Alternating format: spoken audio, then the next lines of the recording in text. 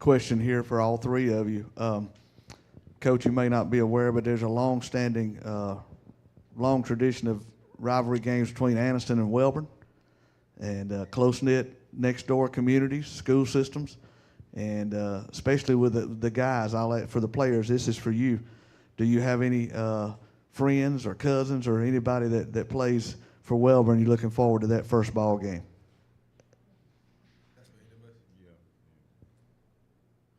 Not that I know of. I'm just ready to play.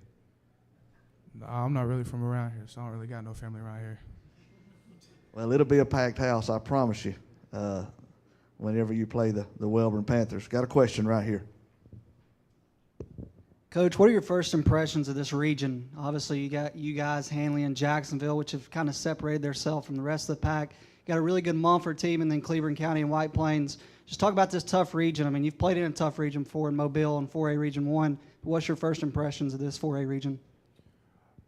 I mean, it rivals that 4A Region 1 when I would say when I was in Atmore, when we were in 4A. I really don't, I guess you can say every team we play is the Dallas Cowboys, so I really don't separate Jacksonville from White Plains and Heflin from Mumford. I mean, they're all going to be well coached. They're all going to play hard. So we take one game at a time. We really don't look at the region as a whole.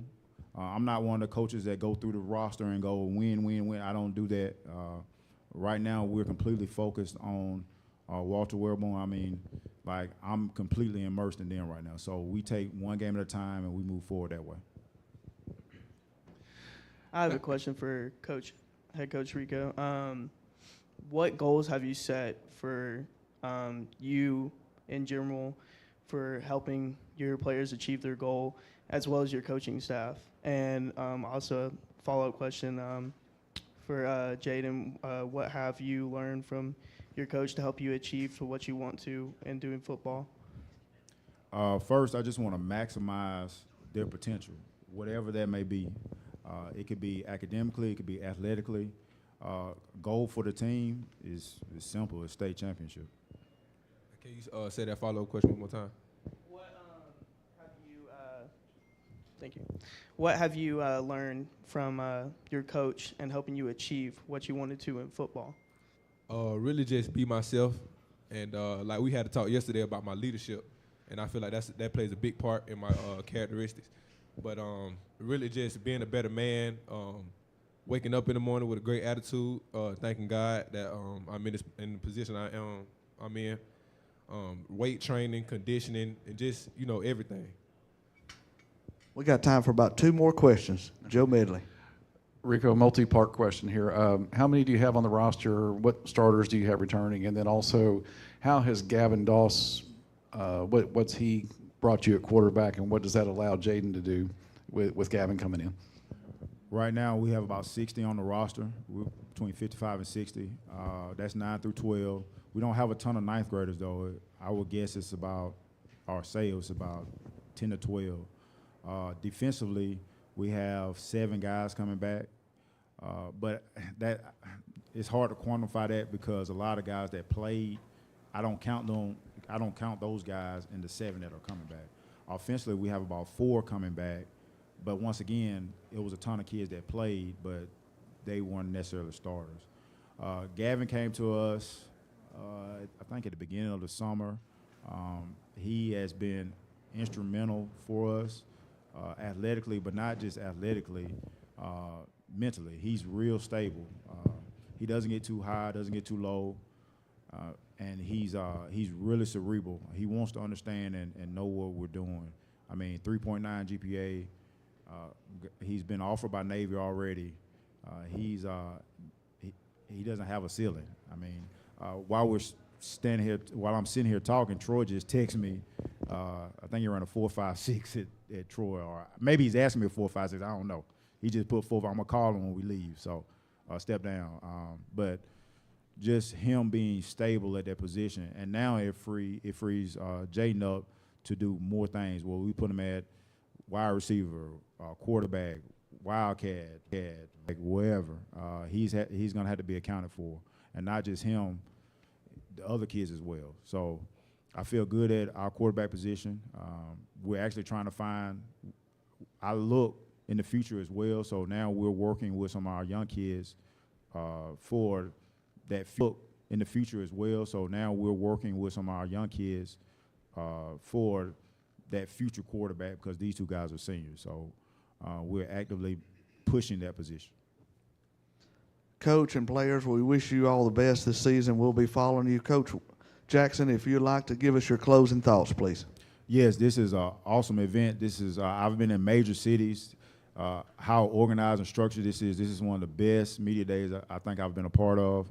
Not knocking those guys, but I appreciate that, and I know that these young men appreciate it, and we just really appreciate media and what you guys do for high school football.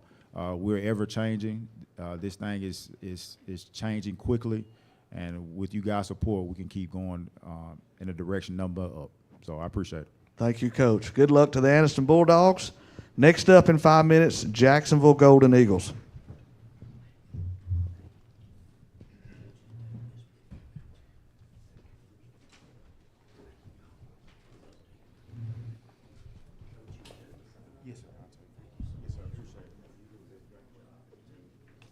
The Calhoun County Commission, made up of Fred Wilson, Danny Shears, Carolyn Henderson, Terry Howell, and Lee Patterson, ask you to take a look at what Calhoun County has to offer. Our beautiful parks, neighborhoods, recreational facilities, historic sites, and museums.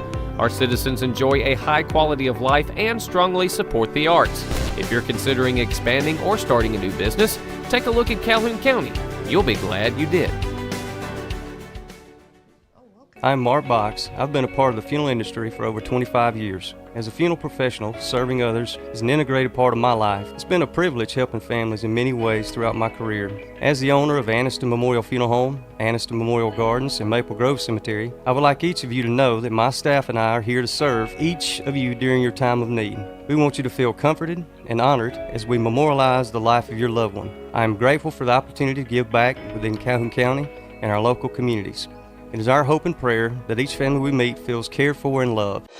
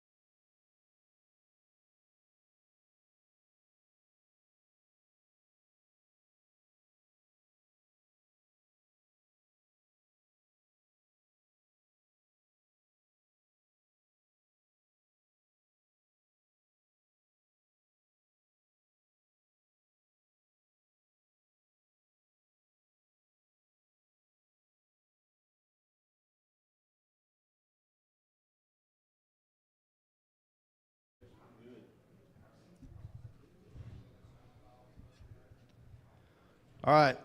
We'd now like to welcome to the Cooper Chevrolet stage the 2023 Calhoun County High School Football Media Days, the Jacksonville Golden Eagles. Jacksonville competes in 4A, Region 4.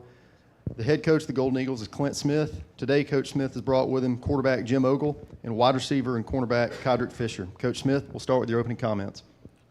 Well, we want to thank the Calhoun County Quarterback Club for doing this event again this year. We always look forward to coming and talking about Jacksonville football. Appreciate the media and everyone being here. So we know it's close to time when this rolls around, and we look forward to getting started Monday. To Clint, Jim, and Kidrick, I want to ask you about the new turf. When we talked a couple of weeks ago, you said there's going to be 7 regular season games played on turf this year for you guys. I'll ask you, with the skill talent you have, how does that play to your all's strengths? And then to both guys, what do you think that does for you all as a team to have that opportunity to play so many games on turf? Well, it's kind of got to where every year we seem to play more games on turf than we do natural grass, and we're very fortunate this year to have stadium renovation.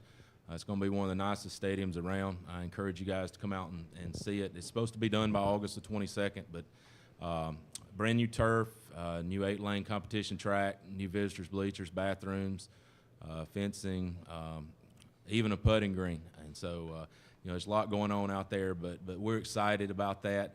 As far as affecting our speed or whatever, I mean, these guys could probably talk more about that than I can, but it just seems like every week now we're on turf just about all the time each year. So we're excited about that and excited to play on it for the first time. Coach Smith, we look around the county at coaches, and somehow overnight you became one of the dean of the coaches, because like all of us, you're getting older, but you've hung in there. What year is this now for you in high school coaching, head coach? This is year 22 for me. 22. Yep. What's your level of excitement going into this year based on the success of the last 3 years at Jacksonville High School? I would think it's pretty good, but as we get older, we tend to think you try to be even keel. But tell us how excited you are about this group of young men you got. Well, we feel like we've got a good group. Going into the season, it's kind of one of the smaller senior classes that we've had. We've got about 12 seniors. We've really got some big numbers in our 9th and 10th grade classes. But we're excited about the potential of this group. They've, Kedrick, Jim, and several other of our seniors have started for 4 years for us. They've been around our program. They've come through our program all the way from junior high through varsity. So they know the expectations. They know what we expect. And, we're excited about the possibilities of this season. We feel like we have a chance to have a good football team as long as we keep doing what we're doing. But they've worked really hard this summer. We've had a lot of good competitions, and so going into it, we're very optimistic. And this region is extremely tough, and we understand that. Our kids understand that. But we're going to go, and we're going to go to work Monday and try to do the best we can. This question's for you players. Now, Coach Smith been there a long time. You've probably known him a long time. Just give us a window about how intense is he? What do you guys rely on? Do you rely on your position coaches? Is he more non-hands-on? Or just give us, you guys take a minute and just tell us what it's like being under him for these years. One thing about Coach Smith, he gonna make sure you're okay. He gonna make sure you hydrated. He gonna make sure you doing what you need to do at night so you can perform in the morning, or whatever the case may be. But speak into that microphone so we can hear you. You're kind of soft-spoken anyway. Get on up in it. Do I need to repeat it? Yeah. Talk on into the microphone so the folks in the back can hear you. But yeah, Coach Smith is just gonna make sure you're doing what you need to do, and he gonna let you know if you're not, so that's that. Yes, and no matter what situation you're in, he will crack a joke with you every day. And it'll be the corniest joke you've ever heard, but he will crack a dad joke with you every single day. I'm very fortunate. I've got a great staff, they've been with me a long time, and we work extremely well together, and I think we complement each other really well. We've all got our strengths and weaknesses, and I think that's part of the reason we've had some success is just being able to lean on those strengths and weaknesses of our staff over the years. And And they're right. You know, football is a hard sport to play. It's tough. It's 100 degrees in the first few months. It's 30 degrees at the end. And so, you know, I try to keep it upbeat and as fun as I can for these guys. And we have a lot of good times. And they're not corny jokes at all. Jim, since you went there, what's some of your favorite dad jokes that he's told? And then also, I wanted both players to talk about the turf too. I don't know if I can remember some of them. That's how bad they were. But yeah, about the turf, I mean, it's beautiful. It's a blessing for us to be able to have that. To me personally, it really don't make much of a difference. You know, I don't tend to run a whole lot, so that'd be a better question for him over there. For me, it just feels better, like under my feet. You know, when I make a cut or if I need to change direction, it just feels better. It's just no slipping, no sliding. For Jim and Kedrick, you guys have been playing together for a long time. Can you just talk about the connection that you guys share and how it feels to go into the senior year with each other? I think what we have is really special. You know, me and Kedrick been pretty close for way before football, 5th, 6th elementary school. And it leads on and off the field. You know, our connection on the field, most of the time that comes from us off the field, hanging out, just, you know, throwing, hanging out, having fun. But I think it's special, and it'll be fun to go one last time with him. Yeah, for us, really, our fun is just going and throwing the ball sometimes. And, like, when we're on the field, it don't even feel like we in the game. It feel like we just two friends just throwing the ball. I mean, it's just automatic sometimes. Got a question up front. Go ahead. This is for Coach. Given that this is considered one of the hottest summers that we have, what are some of the precautions that you've taken to make sure your players have staying hydrated and cool and everything's going good at practice? Well, you know, during the preseason, I guess before school starts, you know, we try to go either in the mornings or late in the afternoons. That helps a little bit. You know, of course, having water stations, having breaks, giving plenty of things like that, having the ice tubs up at the practice field in case anybody needs it. And so, you know, it's one of those things where they have to get acclimated to it. And, you know, we'll be probably a week before these guys come into school, and then that's when we'll start at 3 o'clock every day, which will be really hot. But, you know, we've got a really good trainer, Coach Pat, that takes care of us. He keeps up with the heat index and just all the things that we need to know just to make sure they're as safe as they can.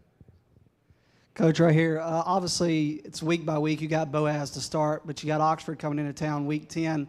You mentioned getting new seating. My first question is, are you going to be able to fit everybody in that stadium when that game rolls around? And the second one is, can we come use the putting green whenever we want? Well, the first question's, I hope we can't. I hope the crowds, I hope it overruns us. But we did get new visitors bleachers, which, you know, should accommodate, you know, the teams that we play. And that's a big deal. As you know, the visitors bleachers were pretty small, you know, coming into this year, but we were able to renovate those, so we feel good about that. But as far as the putting green, look, anytime, you know, I just hope I don't have a hard time on Sundays getting my coaches coming in and watch film. They're out there putting. Coach and players, with the success you've had in the last few years in football, and then throw on top of that the state championships in basketball. Talk about a little bit of the hallway atmosphere and just around campus. I would assume it's a pretty good time to be at Jacksonville High School. And from a teacher standpoint, administration standpoint, we've heard, you know, for many, many years when you're successful on the court or on the field, it kind of elevates everything in the classroom. Would you see that to be true right now? Yes, I think going to school, just when you're doing good in sports, no matter what sport it is, gives you a little extra motivation, extra excitement at school, because at the end of the day, you got that to look forward to. And I think everybody, especially during football season, everybody enjoys it. The pep rallies, it just makes it more special when you're being successful in those sports. For me, just winning in basketball, it just kind of make you hungry, because I don't know, maybe I'm greedy, but I want to win in football too. So that's just me. That'd be special, wouldn't it? Coach, your sentiments on that? It makes the school year start out, you know, really good when you're able to win some and a lot of excitement in the hallways and in the community.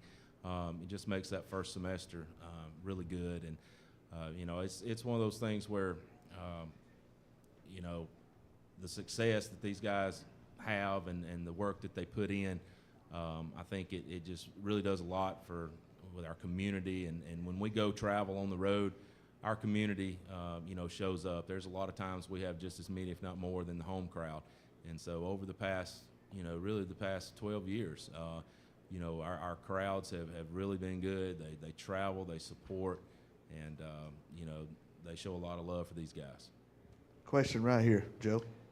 Jim, does your haircut indicate that you've switched your allegiance from Troy to one of the service academies? No, that was a last-minute decision. One of our old linemen is going to be a sophomore. Told me he could give me a haircut, and me being the genius I am, I let him do it. And I quickly realized that was a mistake, so I just had to get rid of it all. Is that Ben? Huh? Ben? No, it was not. He's too smart for that. All right, as we begin to wrap it up, any other questions? Yes, right here. This is for the players. What kind of mark do you want to leave on Jacksonville High School as you get ready to, graduate and move on? I want to be the player that brought a championship to football. I want to just leave a mark there and at Jacksonville, when people say my name, I want them to remember and know good things about it. Yeah, like he said, of course, winning a championship, but I think it'd be pretty special for like the young kids in elementary school coming up to be like, I want to be like him, not just on the field, but off the field, like going back to Little League practices, all that type of stuff. I think that'd be pretty special. Coach, real quick, as far as each teams we know all teams are different. What is one thing about this team that really you like as a coach that you've seen in the offseason? Well, I think we've competed really well this summer with the 7-on-7s, and our linemen went to a camp, and so I've seen really good things with that. I like this senior class from the standpoint of they bring a lot of experience. A lot of these guys are 4-year starters, 3-year starters, and just about all of them, like I said earlier, have come up through our program, and they know the expectations that we have. They know our goals to go out how they want to go out, and that's to have as a successful season as we can. Clint, obviously one of the biggest question marks is the offensive line after the graduation losses. Who steps up there, and how's that looking? Well, we are replacing those guys up front, but, the thing about them is they work really hard, and they're very scrappy, they're gritty, and I really think, we are more experienced at the skills positions than we are up front, and, I know that as the season goes on, as the more experience that they get, that they will get better and better, and so they're bought in, they're working hard, whether it's in the weight room or on the practice field. I'm excited about this group. Ben Pridgeon, Braden Ball, Drake Lee, Garrick Strain, some of those guys that are going to be stepping into starting roles for the first time. But like I said, they've come up through our program. They've been there. They've had guys in front of them, and they understand that it's their turn to go out and perform. And so we know that they'll get up there and do their job. And I'm looking for really good things, especially as like I said, the more experience and the further along in the season that we get. All right, Jacksonville High School, looking for great things from y'all this fall. Coach, just wrap it up. Give us your closing thoughts. Well, we're just appreciative, like I said, for you guys being here. We look forward to working with you throughout the season. Like I said, we start practice Monday, and we play Boaz on the 25th as our first game at Boaz. So we're excited about that and ready to get to rolling. Very good.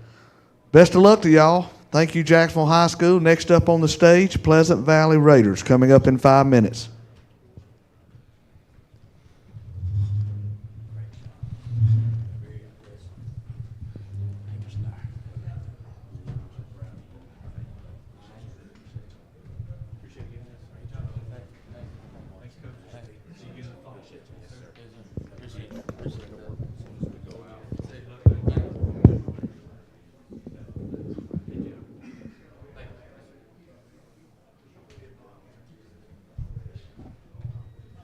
The Calhoun County Commission, made up of Fred Wilson, Danny Shears, Carolyn Henderson, Terry Howell, and Lee Patterson, ask you to take a look at what Calhoun County has to offer.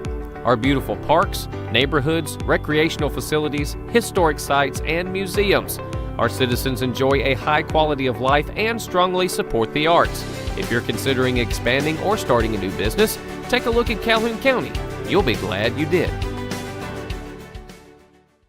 I'm Mark Box. I've been a part of the funeral industry for over 25 years. As a funeral professional, serving others is an integrated part of my life. It's been a privilege helping families in many ways throughout my career.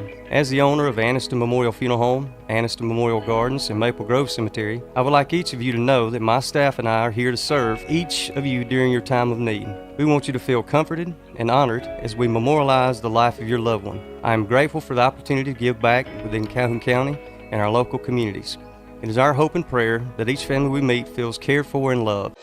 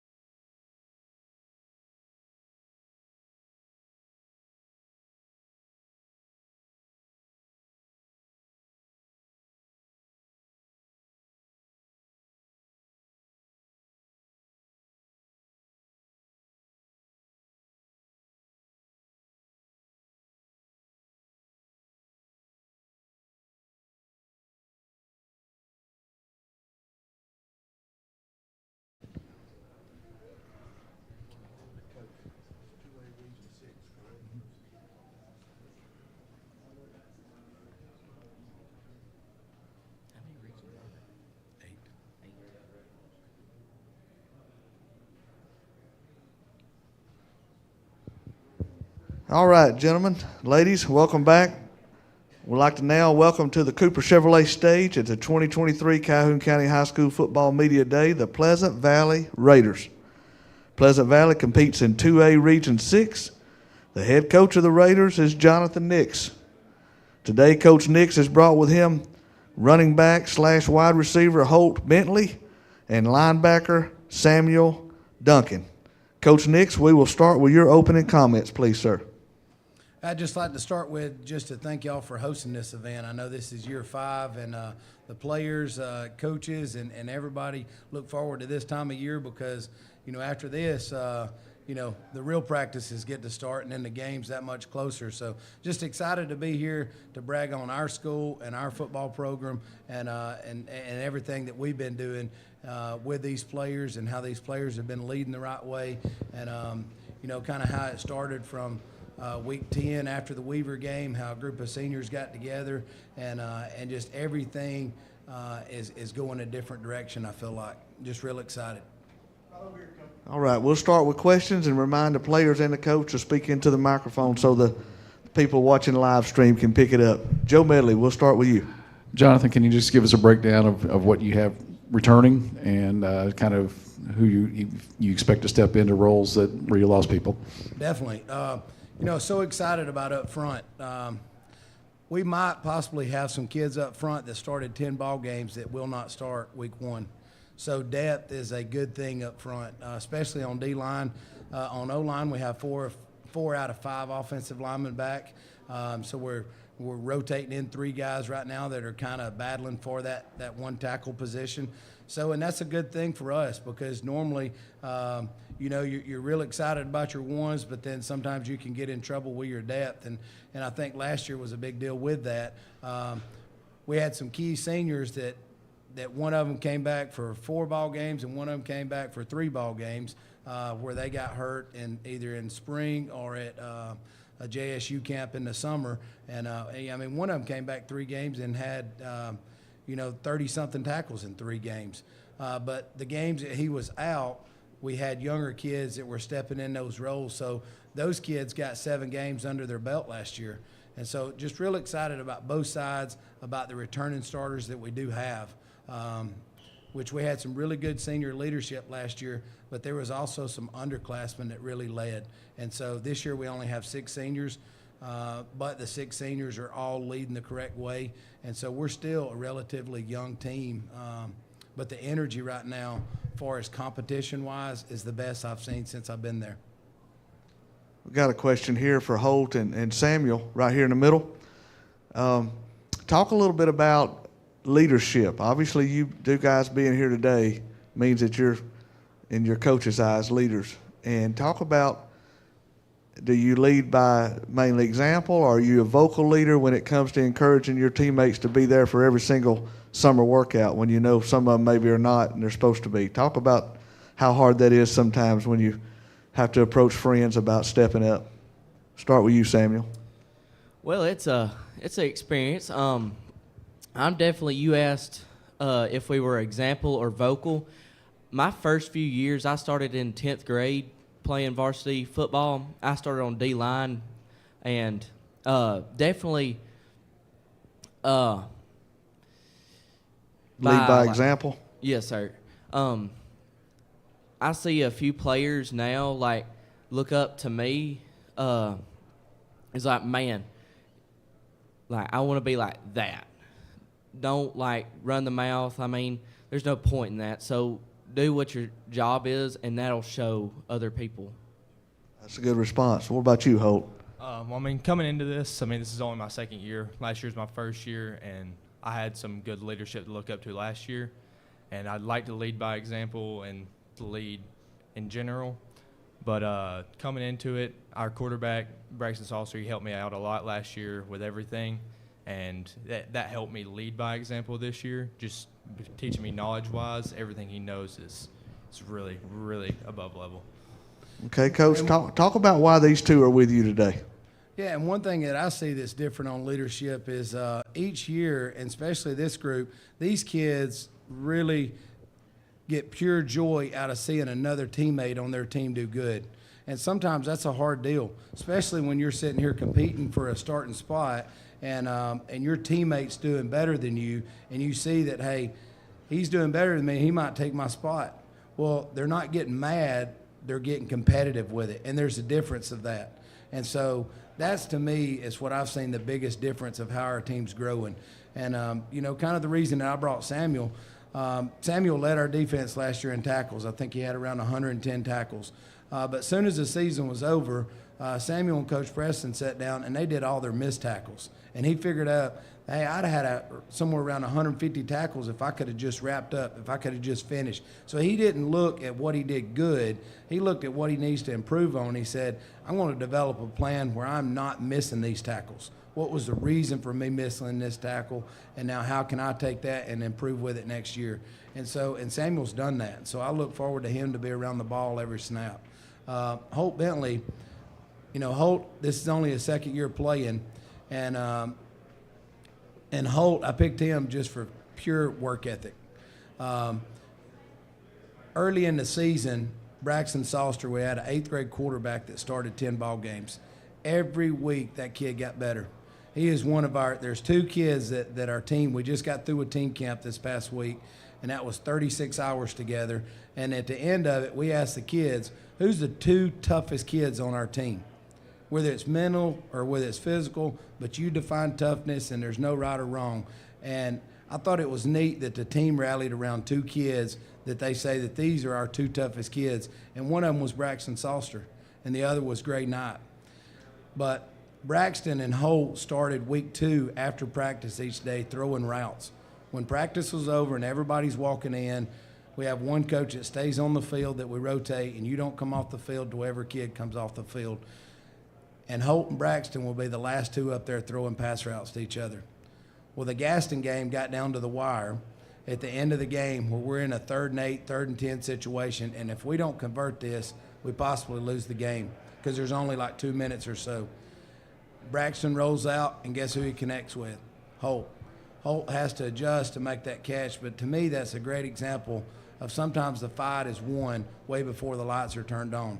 So all those weeks in a row of those kids staying up there paid off. And so to me, that's what gets me excited as a coach, is seeing a kid work hard when it's their free time. I mean, they could have easily went in that locker room, got dressed, and be one of the first ones to leave. But what it started was Braxton and Holt staying. And then next week, it was this one staying. Next week, Samuel's got a crew up there doing some extra tackling.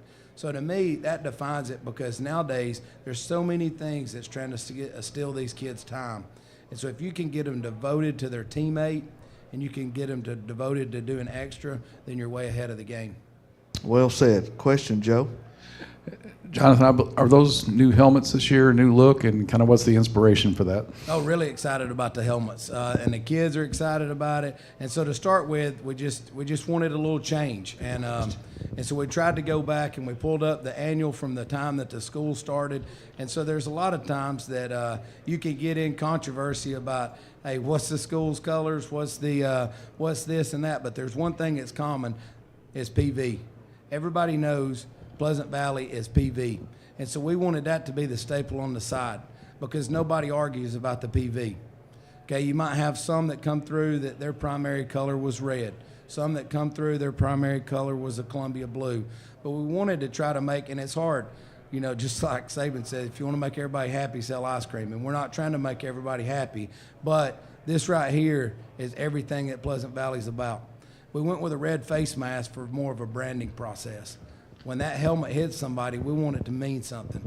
And so the kids kind of got into this, and we met together as a whole, and just real excited about the helmet.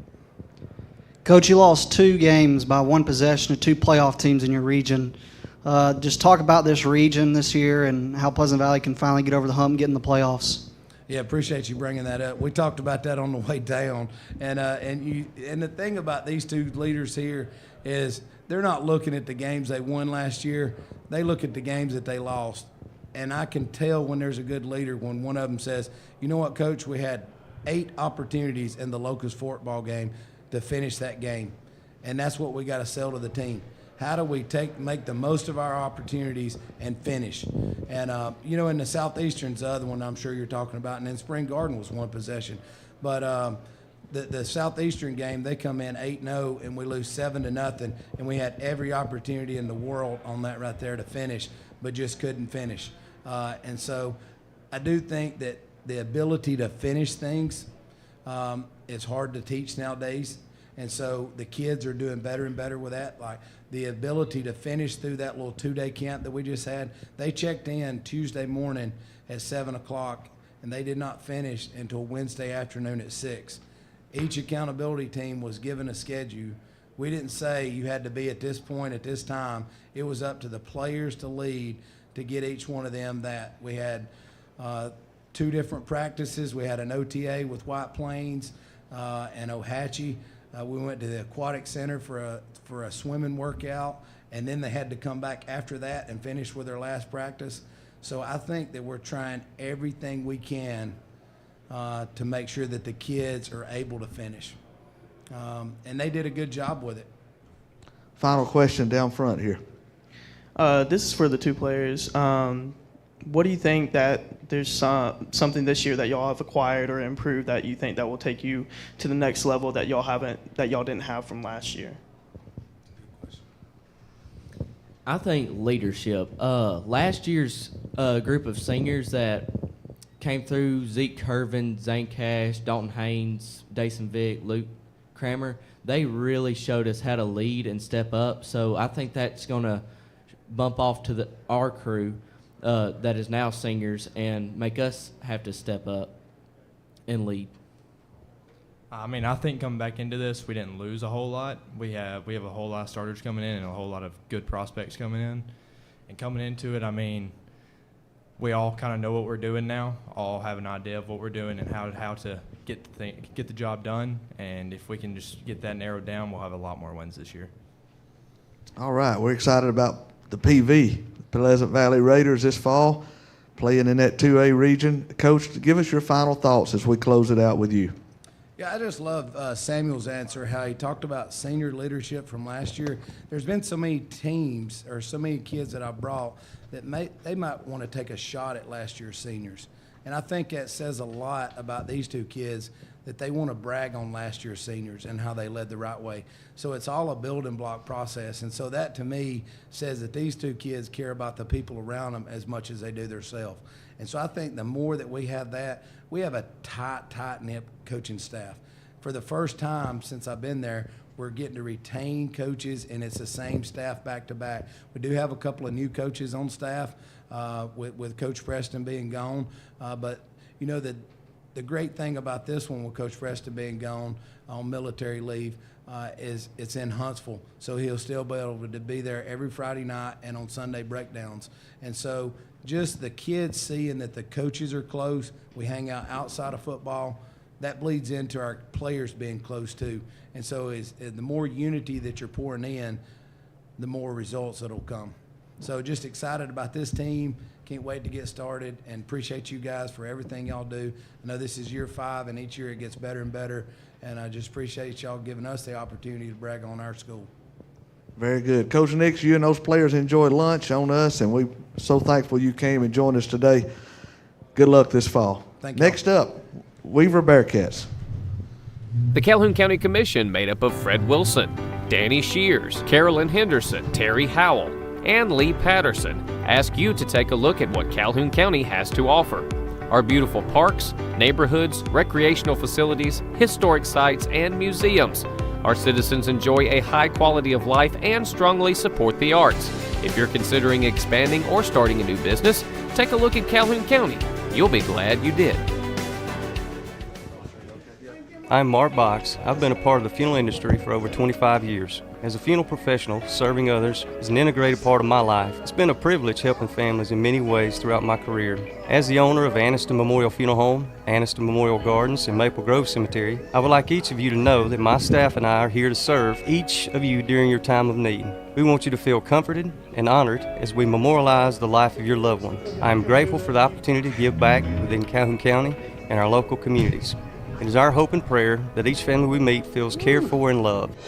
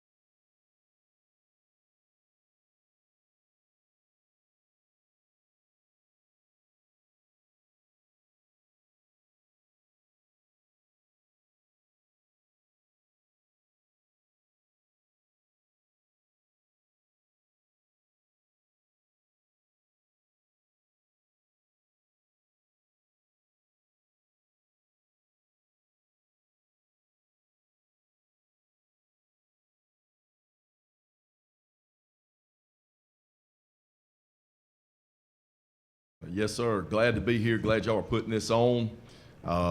This is exciting because it's getting close to football season.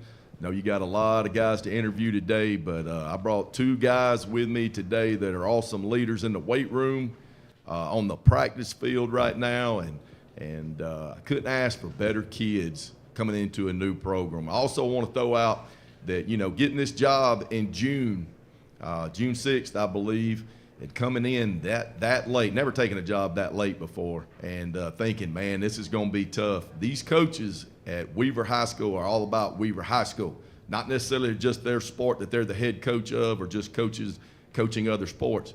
Man, I got the head basketball coach, a head wrestling coach, head baseball coach, and some other assistants and 2 volunteers, and they have made this so simple for me. And I got great administrators, Mr. Tracy Brazier, former coach, and Miss Lauren Young, our assistant principal right there, and they are doing everything in their power to help us be successful.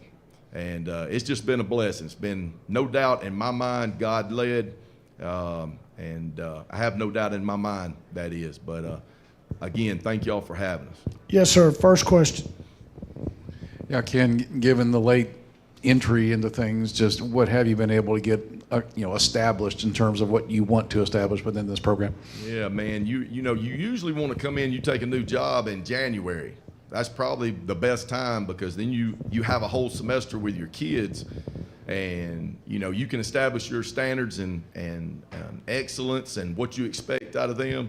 And I haven't had that, but we did it on day 1, and these kids bought in. And it's not just these 2. There's some other ones, too. And we're getting adjusted on the run now. We hadn't had a lot of time, but it's the weight room, to me, is number 1, period. If you don't have an established weight room, and, hey, some people win without a weight room and working kids hard. We just don't believe in that. We're trying to build mental and physical toughness, and we're trying to get after people's tails, just to be honest with you. And they have bought into it. It's a learning process. We don't know how to do some things in the weight room.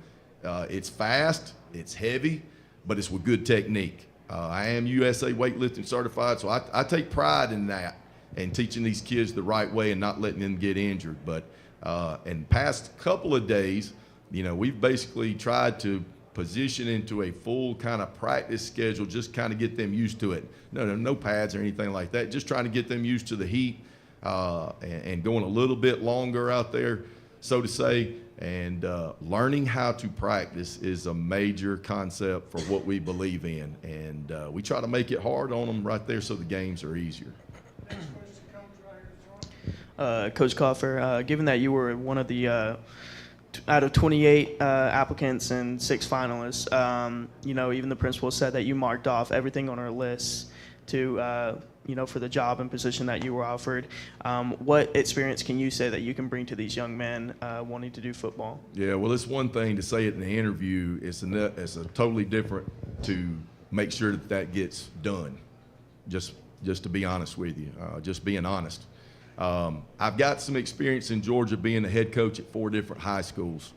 I was 4 great programs in the state of Georgia: Cook High School in Adel, Georgia; Bacon County High School in Alma, Georgia; Wilcox County High School in Rochelle, Georgia, where and I'm an Auburn fan, so y'all don't get on to me too bad, where Nick Marshall went to school, that was former quarterback at Auburn; and Dodge County High School in Eastman.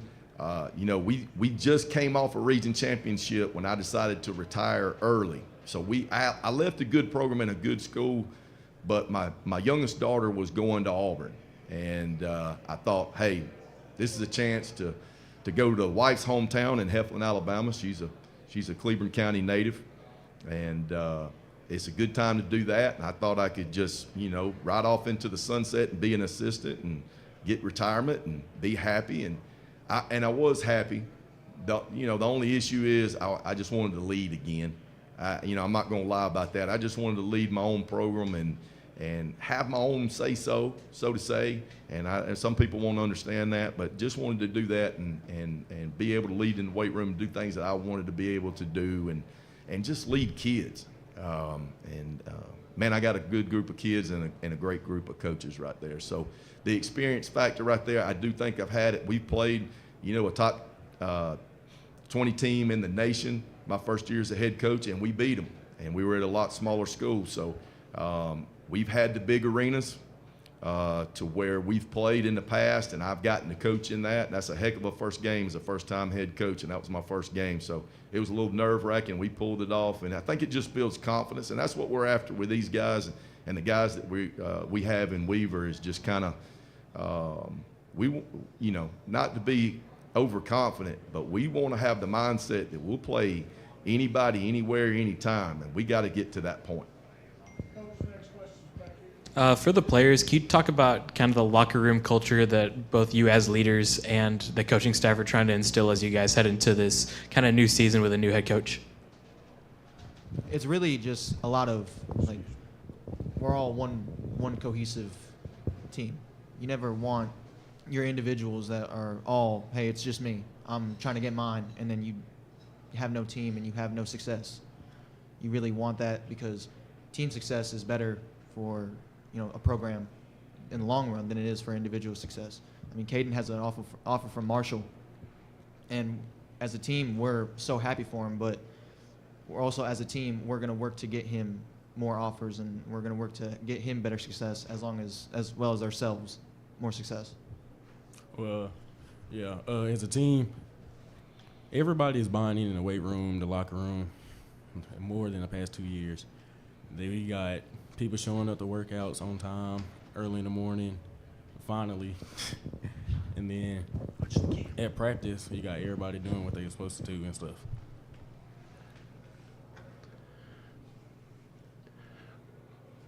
Coach, first off, welcome to the area. Yes, Glad sir. to have you Thank here. you. And next up, I guess this is a question that kind of comes out of the media day we did at Wednesday when Bill Smith talked about turning around a program, and his basic one-liner was, there's no shortcuts. You've done this a long time.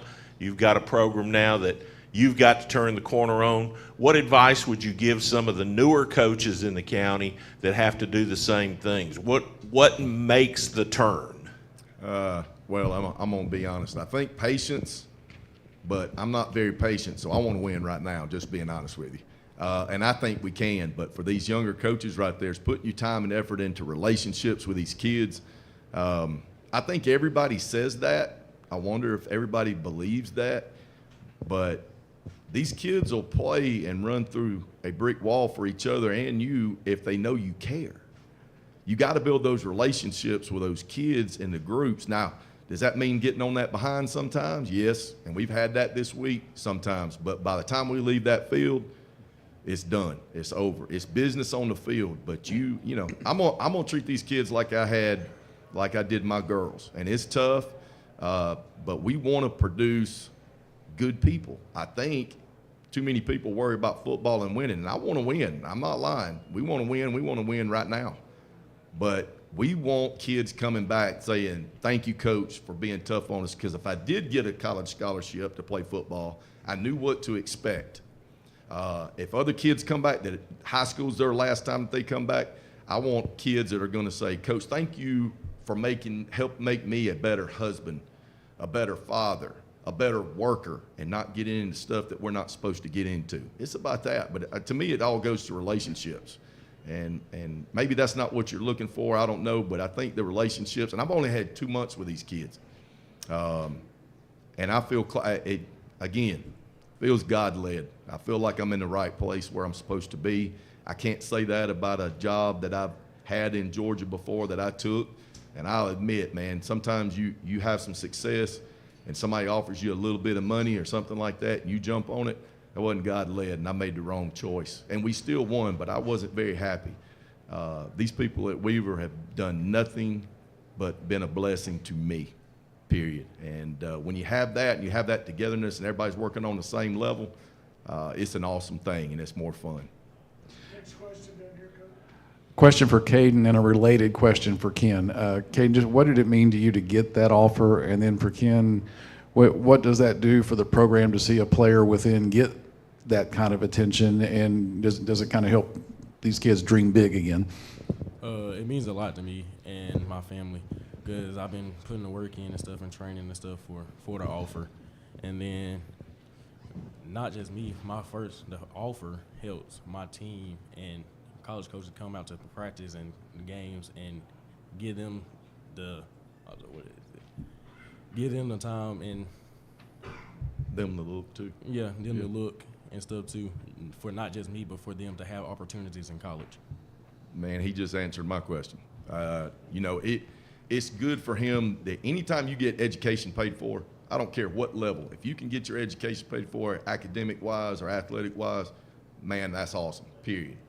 But he's saying the same thing as I was going to say, is he's bringing better opportunities for himself, because once you get that first offer, we all know a lot of people jump on, and they'll jump on that bandwagon. But those colleges say, well, if you got that kid right there, man, you probably got some more. So let's go look at them. So we're going to promote these kids right here. And we're very honest and transparent. We will not lie about a kid getting recruited, because we have younger kids that can get recruited too. So we're promoting good attitudes, good work ethic right now, and your tail better be doing what you're supposed to be doing in that classroom. I'm going to make a visit before any administrator does. So again, we're trying to promote good people, and this guy right here has been a blessing to he and his family, like he said, but I definitely think that not just for him, he's helped everybody else on his roster.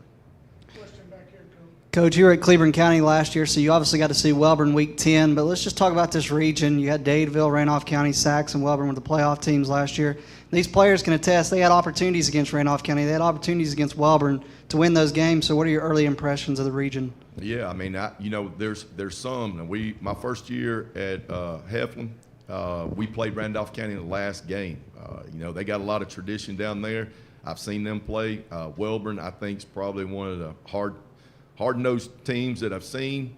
Coached very well. Coach Smith does a great job down there. Dadeville, I've never seen play except little snippets of film right there, because I get paranoid about looking on down the schedule, just to be honest with you. Donahoe's on the mind. I'll go ahead and tell you. I know we got Glencoe's second game. After that, I couldn't tell you. But yeah, schedule's tough, but we're preparing our kids to go through that gauntlet, period. Everybody's got to go through it. You play in that region, you got to go through it. And the injury here or injury there can do that. We're trying to build depth in every position that we play. And we do a little thing different. We've never done it before, but we coach our middle school too. We coach everybody at the same time. So they're getting reps with us too. And we're trying to practice fast to go through this gauntlet of the schedule that you're talking about. And we want our middle school coached by as many eyes as they can. We're preparing them for the future too, and it's tough. But one game at a time. And I know everybody says that, and you say, "Hey, Coach, that's a bull answer." Well, I'm just being honest with you, because you get looking down the line, you don't focus on that first team. But yeah, definitely tough, and I'm gonna worry about one team at a time. Coach Covert, you told me earlier that you had originally planned to be in a couple of 7-on-7s and canceled. I assume that was an indication that the offense you're putting in is entirely different than what's been run in the past. Can you elaborate on what you're doing? Yeah, and this guy to my left over here, Caden, he wants to compete. All our kids want to compete, but I'm not going to put our kids in a bad position that they're not going to be successful in, because they're in a learning process. We want to compete every day in practice during the summer. But when they don't know the system yet, it's not going to work, and I'm not promoting a positive outlook. So we're trying to get after their behinds, our kids, in the weight room. Now, next year will be totally different. I've already told him that. He wants to throw in 7-on-7 and some OTAs, and I definitely want to do that. I think the more you compete against different people and you can go different places and compete is the best, instead of just staying at home and going against them. You get tired of going against your own kids. But was I getting the job at the 1st of June, putting my kids in a positive place when they still don't know or still didn't know the scheme of the defense or offense that we were playing? I just didn't want them to be lost, if that makes sense. So next year, totally be different. We're going to compete every time and every chance we get. We're going to travel. And I'd prefer, just to be honest with you, not to do it at our place. I want our kids to see different places and be in different atmospheres. I think you get a little too comfortable when you're at home sometimes. You know, that's good for a Friday night football game, but when you're competing at an OTA and, you know, you ain't got a choice. You can't go home. What you going to do? So you got to step up. So I'd rather, you know, kind of do that stuff in an away place. Richard, you're a two-way guy, offense and defense as a starter. How many other guys on the offensive line are going to be two-way guys? Well, for the longest time, I mean, we've had a very small roster. So a lot of the players that we have on this roster still now have that mentality of playing two-way, and a lot of them still do. I mean, for the longest time, I mean, with mentioning Coach Taylor right now, I mean, we had barely anybody, and then that carried with Coach Ashley, great coach, by the way. But we all had to play two-way. It's just that's not very different from what it is now. I don't mean to interrupt you. I'm sorry. Let me jump in right here, and what he's trying to explain to you too is all of our kids learn offense and defense, but we're rotating very quickly. So about every 2 plays, they've got somebody in. Now, if we go on a long drive and it's a 10, 12, 14 play drive, we'll have he may not be in for a couple of plays. He may be getting a break over there on the sideline for 2 plays. That's the way that we're practicing. We're trying to build that depth that way.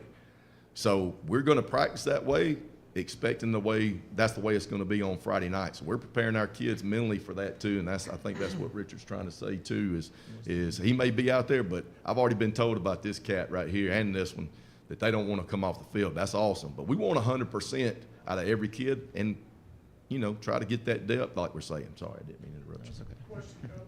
Along those lines, how many do you have out, and do you know if there's a difference between that and what they had in spring?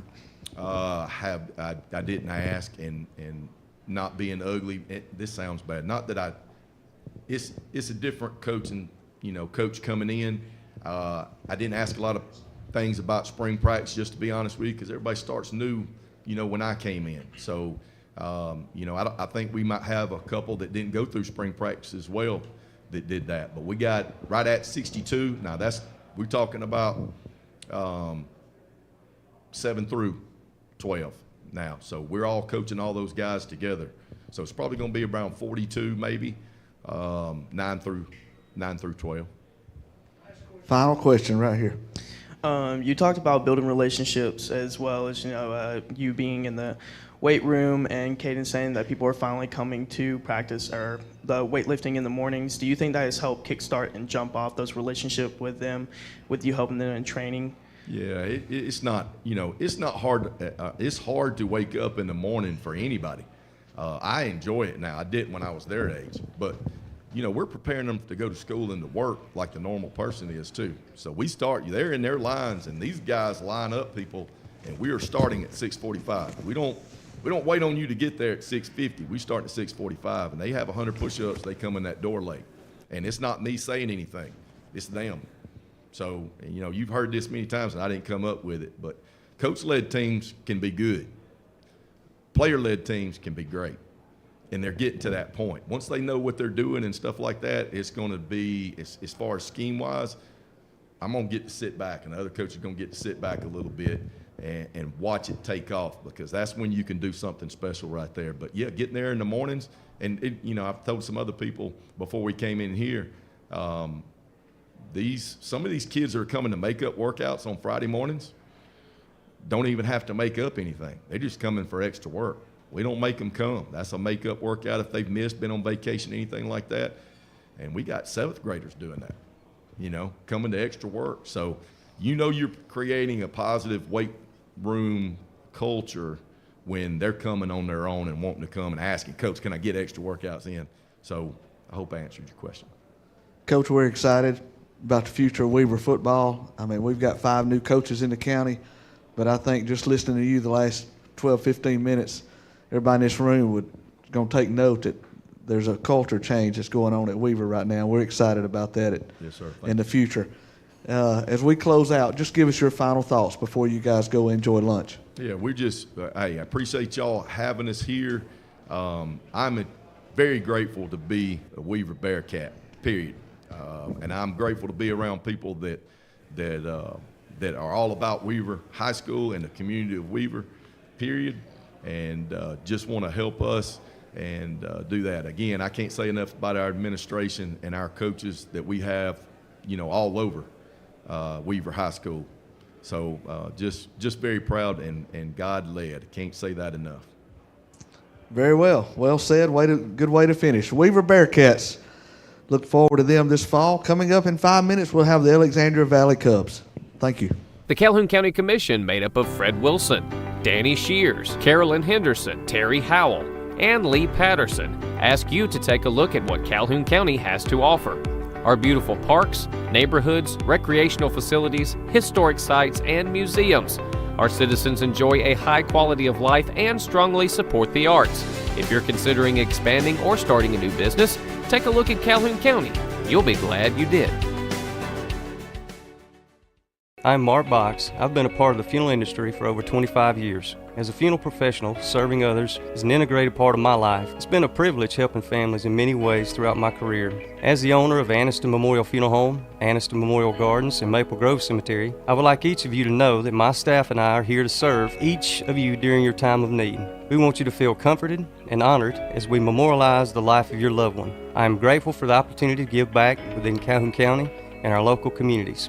It is our hope and prayer that each family we meet feels cared for and loved.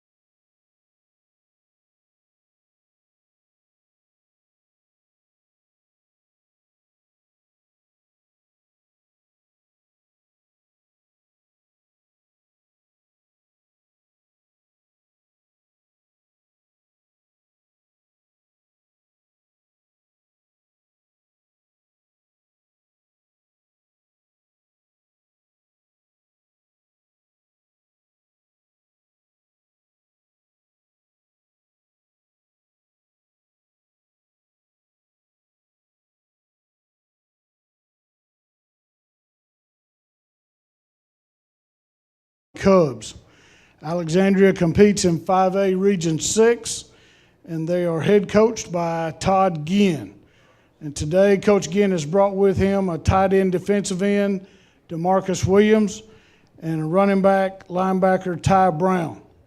Coach Ginn, we'll start with your opening comments. Appreciate it. Really glad to be here again, just to watch this thing grow and to see what it's become. It's exciting to see. It's great for our area.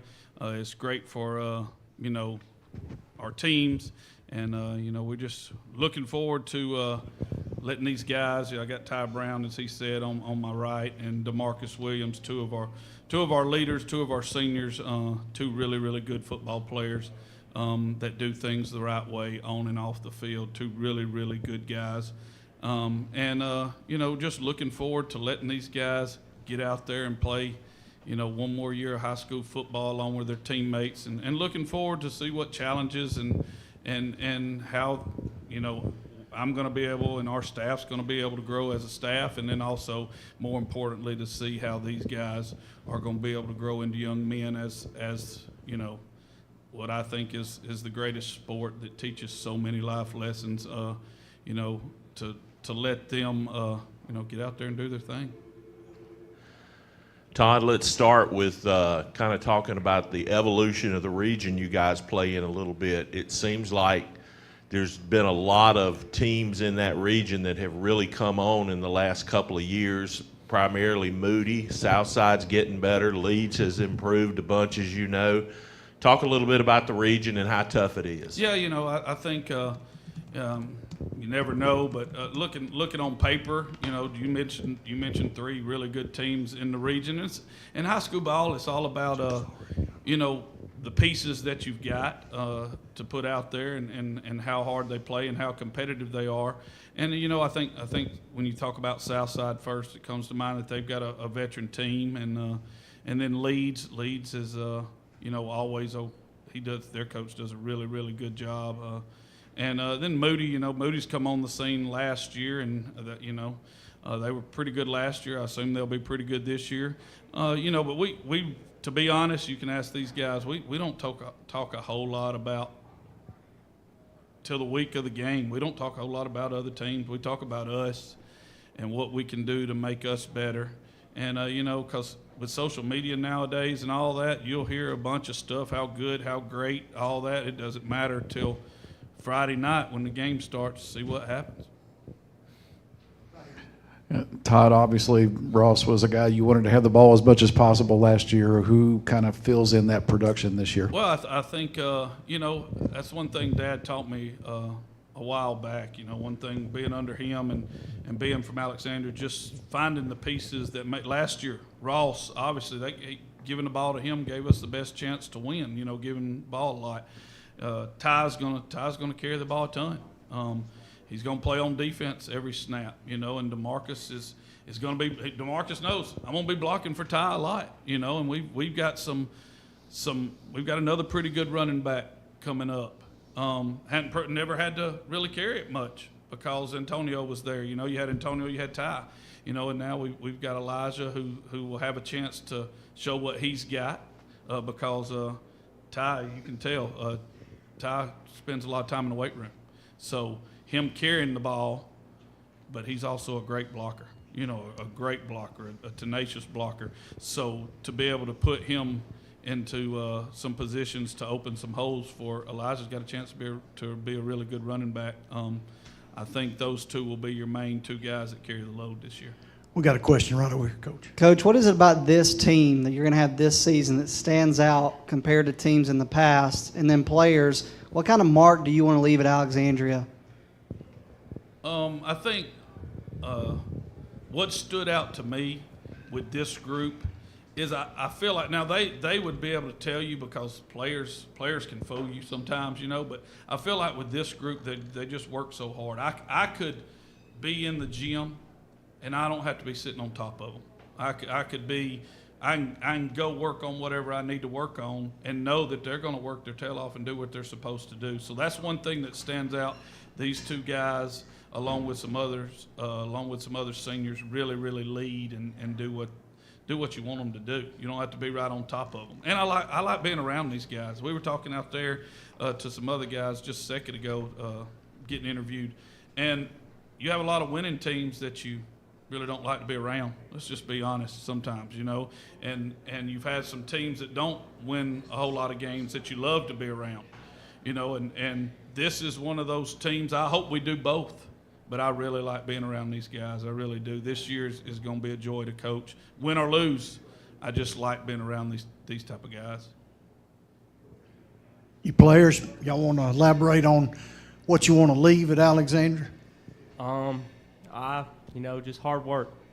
You ain't got to be the biggest. You ain't got to be the strongest. You ain't got to be the fastest.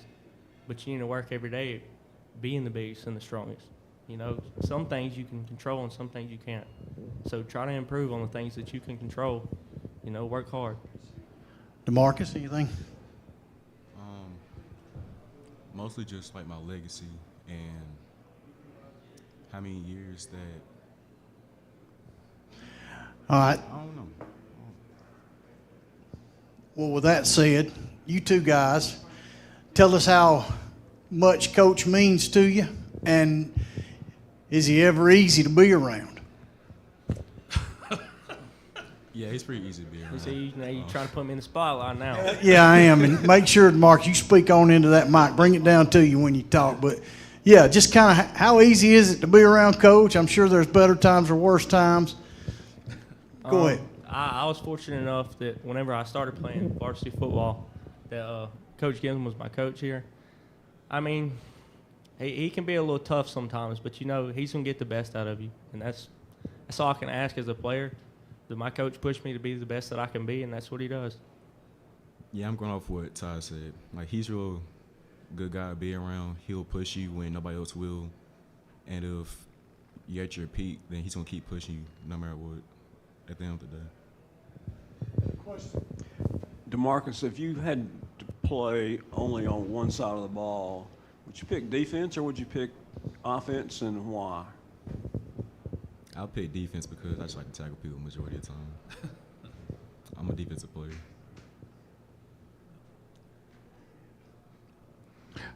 I can tell you personally, I watched that young man last year in a playoff game on defense, Joe. He intercepted a pass at the line of scrimmage with his abs.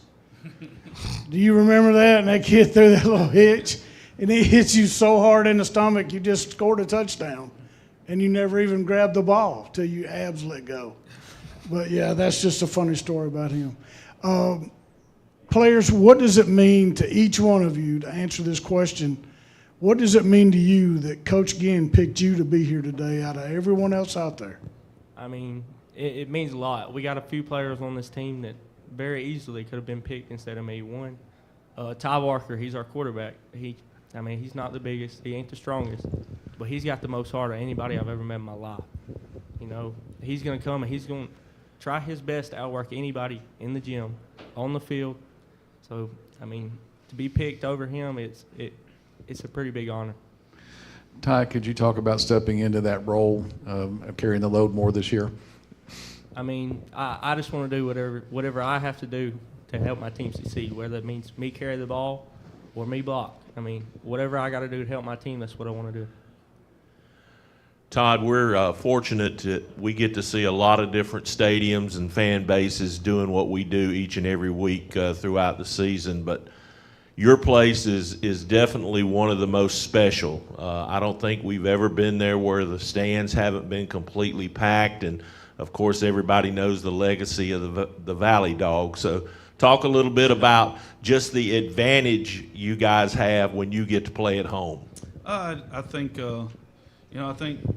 being from here and always, there's no other high school I've ever been at. I came up through Alexandria as a player, and then every 22, 23 years teaching. It's always been at Alexandria, and just so blessed to be a part. We don't, being a county school, a lot of times we don't have the top-notch facilities. Y'all know what that is like to deal with. Y'all know the money situations and how that goes.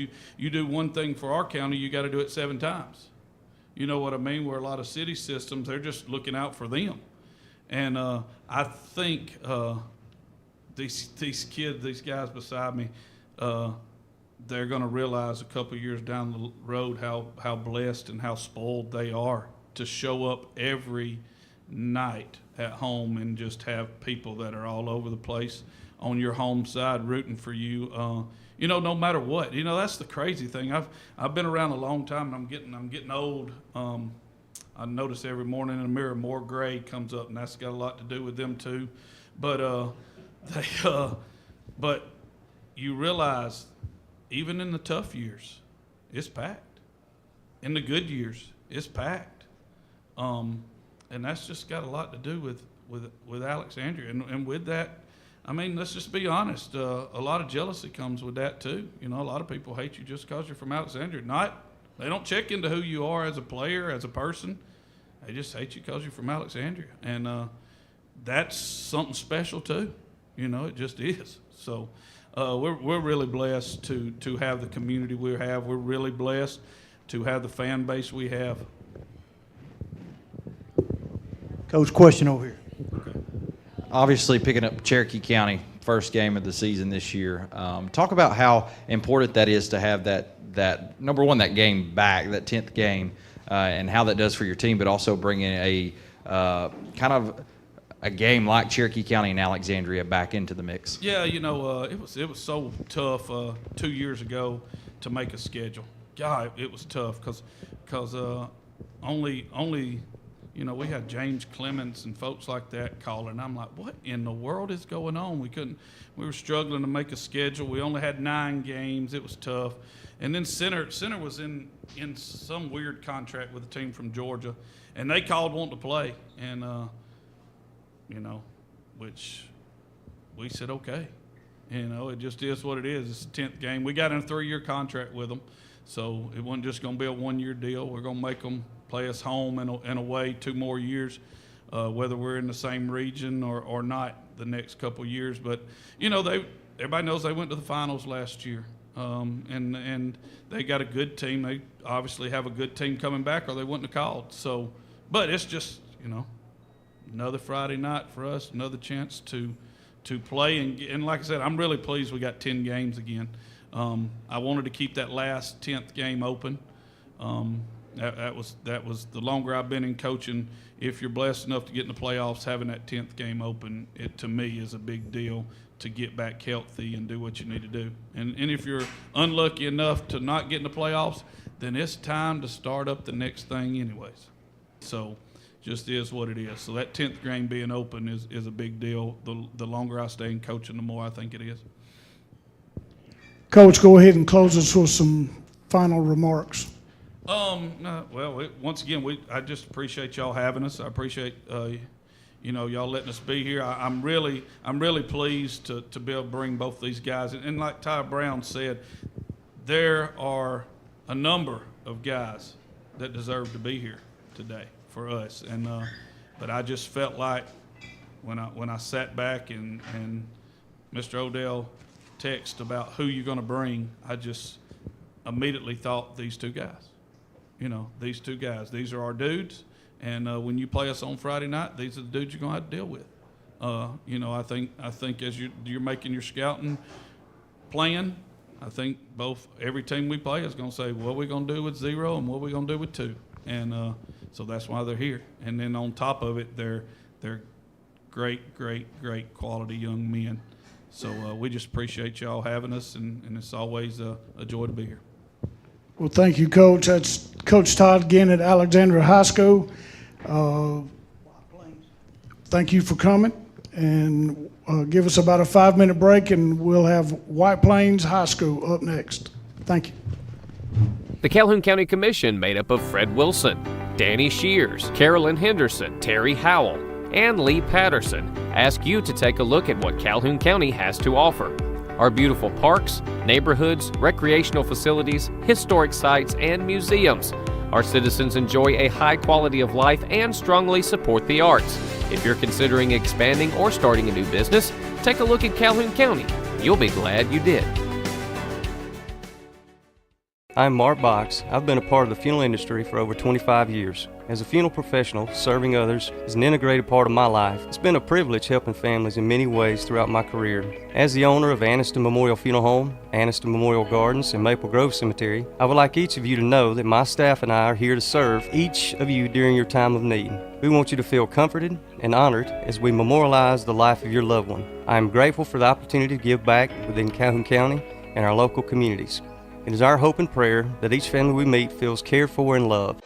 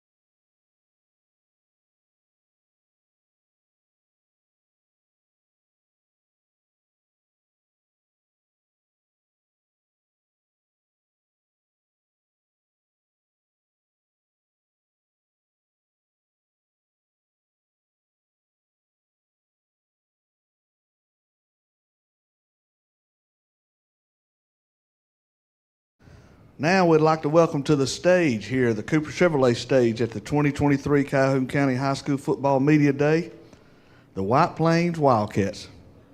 White Plains competes in 4A Region 4. The head coach of the Wildcats, first-year coach Blake Jennings.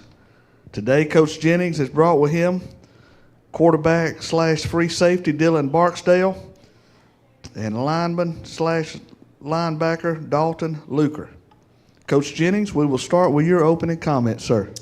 Yes, sir. Hey, we appreciate y'all having us. Awesome setup that we do here in Calhoun County for high school sports, and we appreciate y'all doing this and being able to bring these two boys up here just because, you know, them getting to come up here and be on this stage means a lot to both of them because they've been my leaders in the weight room this summer and on the field and doing those types of things. But, again, we just thank y'all for it. First question, Coach. Blake, you've wanted to be a head coach for a while in football, and how does it feel to sit on this stage, first of all, and then just what's it been like trying to establish a culture that you want to establish? Oh, yeah, you know, it goes back to that culture, and we've said this from the get-go, and I told this to the boys the first day I showed up at White Plains after I was approved. We're going to build that culture in the weight room, and that's what we've done this summer, and that's kind of been our MO this summer. Get better, get bigger, get stronger. You know, they're working hard in there. And as a coach, that's all you can ask out of those kids. They give you everything they've got. You know, they're great kids. They're running hard every day. You know, when we do a little bit of football stuff, when we get done, they're learning what we're trying to do. You know, and they're learning as coaches because they got a lot of new coaches, you know, on staff, learning the coaches, and they've been doing a really good job with it. Question back here, Coach. You've been plenty busy this summer. I mean, with 7-on-7s. What are some of the things that you've been able to learn about your team in that short time, and what were some of the players that have really stood out to you? You know, in the first 7-on-7, that was our biggest thing. Like, let's see how we compete. You know, that was my thing. I told the kids, how are you going to respond to adversity, even if it's 7-on-7, because you're getting to compete against somebody. And that was our, you know, going into that with the adversity part of it. What do they do when something bad happens? And we seen that early on the first day at FCA. Then I'll say this, on the next 7-on-7 we went to, they competed even better. We had a really good day at the second 7-on-7 we did. We did an OTA last week. Some guys that have stood out, you know, both these guys sitting beside me. Dalton Luker here, being playing linebacker for us in 7-on-7 stuff. Dylan Barksdale being our quarterback and free safety. You know, they've done some good things. You know, Rodney Perry's going to play slot receiver for us. He did pretty well on both sides of the ball, playing corner, free safety, you know, corner and slot receiver for us. So we got some guys that are stepping up and doing some of the things that we're asking them to do. Going back to the first part earlier, just to get to be on this stage finally as a head football coach, what does that mean to you? You know, being up here, you know, that's great. It's wonderful. You know, but at the end of the day, it goes back to being a leader, you know, of these kids, and that's what we do. You know, I'm a teacher still too. Teach 2 classes during the day, and when you get in this business, you get in this profession, it's about building relationships with kids. And at the end of the day, kids are kids, and just being a leader and leading them in the right direction. That's what being a head coach is. It isn't the title, it isn't any of that stuff. It's being around them and doing the things the right way. Blake, congratulations on the job to begin with. But White Plains plays in probably one of the toughest regions in Class 4A. How hard is the region in helping you develop some type of momentum with the program? You know, yeah, it is one. You know, it's the toughest region probably in 4A. You know, 4. Like I said, it's Region 4. You got some great teams in this region. Everybody's really talented. But I think what it goes back to in developing consistency is going to go back to practice. It's going to go back to how we run practice and doing things the same each day, and them knowing, hey, they're going to put the work in. And that's one thing, you know, they've really been putting the work in, especially in the weight room, and they'll continue to do that. It's going to be 5 days a week in the weight room for these guys. And then we go to football practice and them giving us everything they've got and doing the things that they're asked to do. And that's where it'll begin to turn around. You were named in 2019 the 2A Assistant Coach of the Year, and now you're a head coach. How is that? Is your coaching style changed from you being the assistant coach now to a head coach, or have you just kind of improved the style from when you were assistant coach now to you're a head coach? I think it's just improving. You know, you got to improve as a person every single day. If you don't, you get left behind. And so you bring that same intensity that I've brought in the past to the football field and the baseball fields and everything else. But it's making kids stay focused. It's making them do the right things at the right time. And that's what we've got to instill in these guys. And like I said, these two sitting beside me, they get it, and that's why they're here. You know, because they understand what we're trying to do, and I'm really looking forward to see what they can do on the field.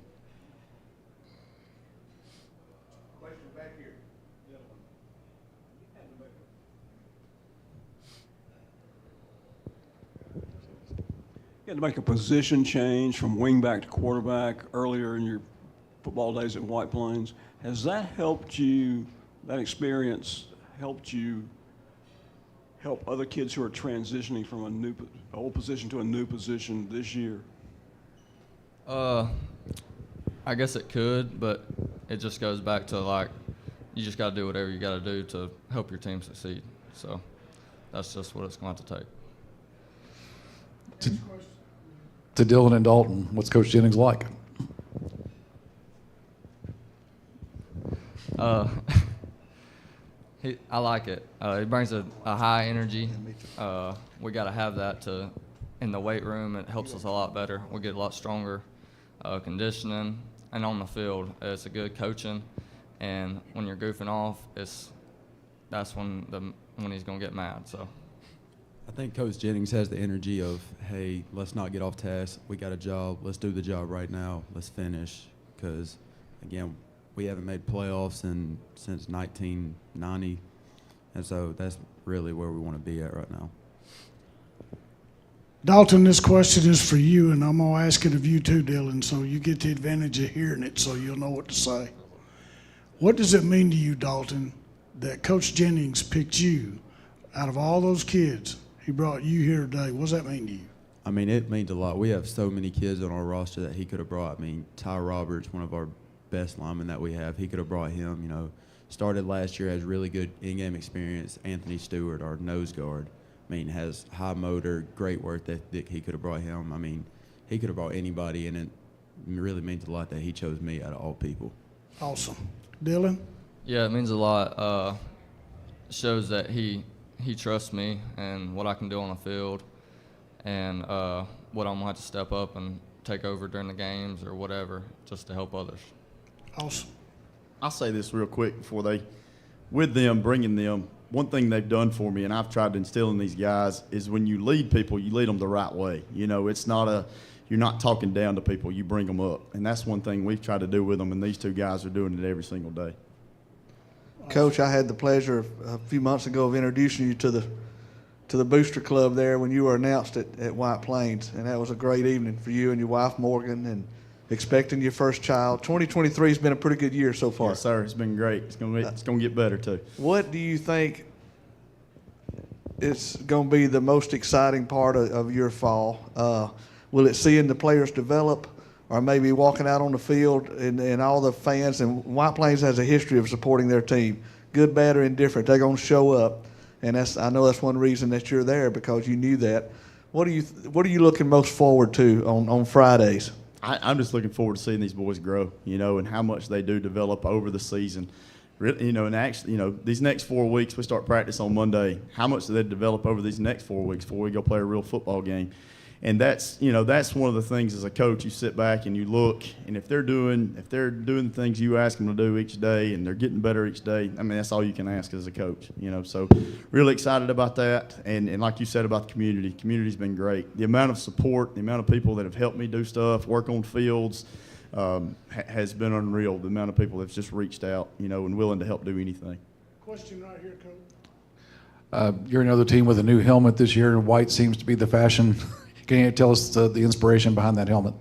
The helmet here, when Coach Tyree, before he left, he had put the pearl look into the helmet, which it shines, and I like that. And then when I started looking for stickers, you know, you look everywhere, you kind of try to come up with different things, but I really like the cat head that the guys had, and then I've always been a big fan of the Dallas Cowboys helmet, and that's the stripe for the Dallas Cowboys helmet, you know, and so I like one of our best years, and I'll go back to I was at Ohatchee for 12 years, and one of the best years we ever had. We had the number on one side, and we had the logo on the other, and that's what I wanted to go with. Question right here. Being a defense coordinator that you were, how is the offense looking this year, and what are some of the things that you all have been developing? You know, offensively, that's going to be one of the biggest things. How physical can we be? You know, we'll be in the gun. We'll be in the gun. We'll do some different things. we're going to run the football first. We're going to be physical. Like I said, run the football. We're going to throw it. Dylan's got a great arm. We got some really good receivers. But, they've been working hard. And that's, again, they're learning the offense. And it's going to take a little while. That's why I'm really more excited about the next 4 weeks. Because, you put in the summertime, you focus a little more on 7-on-7. But at the end of the day, 7-on-7 doesn't win football games. It's 11-on-11. It's those guys in the trenches that win the games. And that's where it's going to begin. One more question for Dalton and Dylan, and we'll start to wrap it up. I'll ask you players, what's your favorite part of a football Friday? Is it when you wake up knowing it's game day, or the pep rally, or running through the banner when it's time to tee it up? What would you say is your best part of the day? We'll start with you, Dylan. I'm going to have to say walking down the stairs out of the locker room and just seeing all the people there that's just there to support all the time. Even when they know things are not going good, they're there to support. I'd say probably running through the banner. Cleats hit the grass. It's time to go. It's time to hit people. It's time to score. It's time to win a game. It's time to get a job done. Good answer. And, Coach, we look forward to hearing your favorite part once you, on that first Friday night as the head ball coach. I know you're very excited. Yes, sir. Hey, there's nothing like Friday nights. There's not. Just being a kid when you played football, being a coach, you walk out there, the band's playing, you got people everywhere supporting your team. That's all that work you've put in the summertime and the work you put in during the week. When you put that work in, it should make Friday night a lot of fun. So if you show up prepared, that's you get a little bit of jitters. That's what it's all about. They start up the band, cheerleaders cheering. It's a good thing. Yes, sir. Well, we look forward to White Plains football this fall. We're going to follow you every week, guys. We wish you the best. Coach, let's close things out. Give us your final comments. Yes, sir. Hey, we appreciate y'all again for having us and y'all doing this for these kids and for high school sports here and all these football teams. And one of the biggest things about this team this year that, we're going to make these guys work, and I think they're up to the challenge. I'm able to see that in the weight room. We've got some coaches on this staff that are really going to be able to help me. You got Clay Sprayberry, Todd Manning. We hired a couple new guys. We actually got Coach Randall. Coach Randall's going to help us coach football this year, so that was a big get for me. He's going to be a big help. So just them doing what they're asked to do, and we're going to go out there and we're going to get after it every week. I promise you. That's what our goal is. And like I said, we appreciate y'all having us here. Thank you, Coach. We appreciate you coming. That wraps up for the White Plains Wildcats. Coming up next, Oxford Yellow Jackets. The Calhoun County Commission, made up of Fred Wilson, Danny Shears, Carolyn Henderson, Terry Howell, and Lee Patterson, ask you to take a look at what Calhoun County has to offer.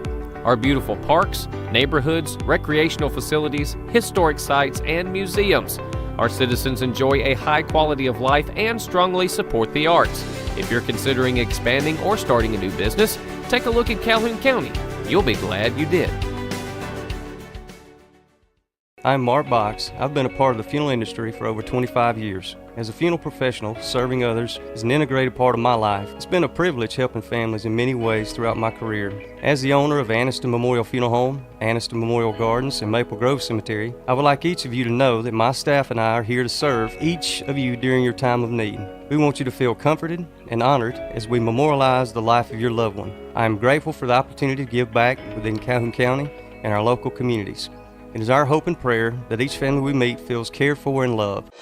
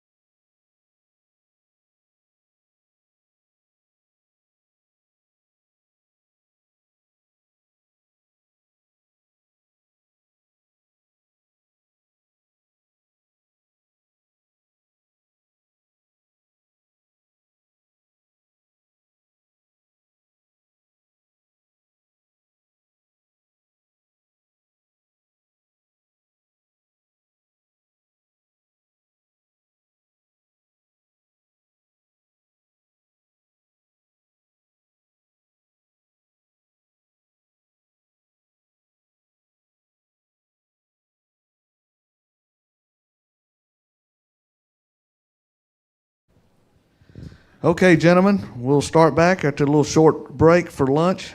We appreciate again the Anniston Country Club for being such good hosts for us, providing this venue for us, and longtime supporters of the Quarterback Club of Calhoun County. We hope everybody enjoyed their lunch, and we'll get back into it the second half of our media day. We will start now. I'd like to welcome to the Cooper Chevrolet stage at the 2023 Calhoun County High School Football Media Day, the Oxford Yellow Jackets.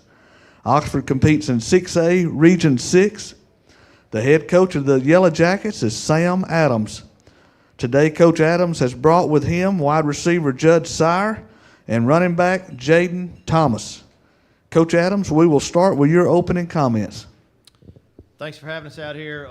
First, I want to kind of brag about the two guys that are up here with me. Both of these young men will be third-year starters for us. They both are great representatives of our program with the way that they play the game, but more importantly, the type of people that they are.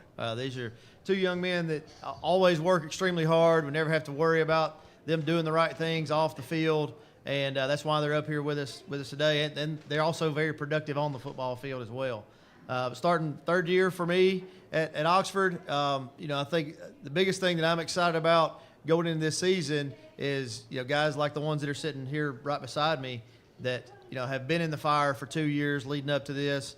And now I think they have a full understanding of, the standards that we're trying to set for the program for all the players. And also I have a better understanding of just these guys on a personal basis. That is definitely a two-way street. We have a lot of guys returning this year.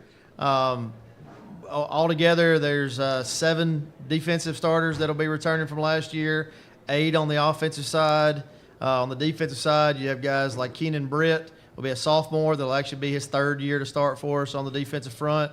Caleb Tenner will be a third-year starter as well as a junior. You have JaMichael Garrett, Hudson Gilman, James Tapley will be playing on the defensive side of the ball more this year, whereas last year he was in the fullback tight end kind of role. Christian Gibson's a returning starter at corner. Cedric Twyman started for us at corner last year, is getting some work at corner and safety. Offensively, you got Rashad Cunningham, a junior offensive lineman that'll be a third-year starter for us. Kevin Wheat will be a second year to start, but third year to be in the rotation a lot. Jaden Thomas at running back will be his third year start for us. DK Wilson has started for us for 3 years as well. He kind of plays a hybrid running back receiver position. Mason Mims will be a returning starter at the quarterback spot. Jaden Lewis will be a starter for us. Played outside receiver last year. Now is moving into more of a tight end kind of role. Our leading receiver from last year, Nick Richardson, will be back as a junior. Then Judd Sire will get a lot of action on offense, and obviously, was one of our main receivers last year. He'll also get some action playing the defensive backfield as well. So we have a lot to be excited about. I've had a great summer. The physical development that I've seen out of our guys from the end of November last year until right now is really unmatched in the 23 years that I've been doing this. I think we kind of figured it up the other day. I mean, per person, our body weight has increased right at 13 pounds. You can get into the maxes on the lifts and all that kind of stuff, and that's been we've made huge jumps from November until now physically. So I think, though we have a lot of the same guys that were on the field last year, when you see them go out on the field this year for the first time, it won't look like the same group of guys. And that's been one of the main points that we've kind of repeated several times over this offseason is, everybody says, well, they got a lot of guys back from last year. Well, if they're the same guys that they were last year, that doesn't mean that our team's going to be any better, right? They have to all be better versions of themselves, and the coaches have to be better versions of ourselves as well. And I think we've done a really good job, up to this point. Now we got to have a really good preseason camp and get going through a really tough schedule that we have set out in front of us. We'll open it up to questions. First question be for Jaden and Judd. Coach had mentioned, y'all are 3-year starters now. And, of course, Coach has been here this is the third year. So y'all kind of grown together. What are you most excited about, Jaden, about your senior year here at Oxford? Everybody being able to come back, like me being able to share the field with my brothers like I've been doing the last 3 years. What about you, Judd? What are you most excited about? Being able to play with Jaden. Me and Jaden played since Pee Wee. I mean, everybody on that field has grown up together, and we've put in the work together. We're just ready to kick off our senior year and get after it. Yeah, Sam, obviously Mason picked up some offers this summer. Can you just speak to what his progression is and what we can look for out of him this season? Yeah, physically, he is roughly 20 pounds heavier than he was last year. He was right around 180. Now he's right at 200. I mean, it looks like physically a different kid. Ball comes out of his hand a lot hotter, just kind of go along with the physical strength part of it. His arm strength has improved. He's continued to work on what I feel like his strong points are, which are getting through progressions, understanding space in the game, and how to distribute the ball. And he had a really good camp season, which led to some of those offers. Some of the offers were really based off of film from last year without the school really seeing any further in-person action of him. But the Mississippi State offer, for example, that was him going to a camp and having a great day there, and them liking what they saw there in conjunction with the film that they had from last year. West Virginia saw him in person at practice. Troy saw him in person during our spring practices, our 2-hour rule practices, I guess, not official practices. UAB came and watched him throw in person. So, I think his production on the field last year as a first-year starter said a lot. And now I think just the dedication to playing the position is what's going to set him in a different kind of category from where he was last year. Coach, I saw that JaMychal Garrett also took a visit to Alabama recently, and it seems like Keenan Britt's also generating a lot of interest. Can you talk about those two young defensive guys and kind of how they developed and what you expect from them this season? Yeah, so JaMychal's picked up offers from Troy and UAB, had a good day at Troy camp. Was offered at UAB following a 7-on-7 competition that we had there. Keenan Britt has offers from Auburn, Arkansas, and Central Florida. And those guys, really we're probably thrown in the fire a little bit ahead of schedule compared to most high school athletes playing a whole lot as freshmen, and in Keenan's case as an 8th grader. That's really unheard of in 6A football. But those guys really have high motors. They love playing the game, which is very important, and something that's really an underrated characteristic as far as the big recruiting picture is. There's a whole bunch of guys that are really good football players out there that don't really enjoy the game as much as they love the recruiting aspect of it. Those two guys love football, and I think that's going to be one of the things that helps them to continue to improve between now and the time they're out here as a senior. This is for all three of you. I know having a new facility doesn't put points on the scoreboard. However, it has to be an exciting time at Oxford High School right now with what's going up. Judd and Jaden, talk a little bit about just every day seeing that building go up, knowing that here in just a few weeks you're going to be able to be in that building. I mean, I know it's our last year to be in, this could be our only year to be able to be in it, but, it just shows us how dedicated our community is to us and lets us know the support that they give with us. I think since our freshman year has been in the making. It's been a long time coming, but it just puts forth what our school system does for us and what they want us to become. Letting us work in something like that is incredible. But it's I think the heart of it, like I said, it doesn't put points on the board and doesn't win or lose games, but the commitment from our city and our school system to giving our best athletes the best possible experience is really the biggest thing that we can take away from that. I mean, that's a facility that's going to be used by virtually every sport that we have on the campus. Our weight room equipment was installed over the last couple of days. You may have seen some pictures or videos of that on social media. It will be the best one that I've ever been in. But it's not just an indoor practice facility. It's not just the weight room. We have state-of-the-art team meeting room. We have tons of conference spaces in there. We have office spaces. Their locker room is going to be the best high school locker room that I've ever seen.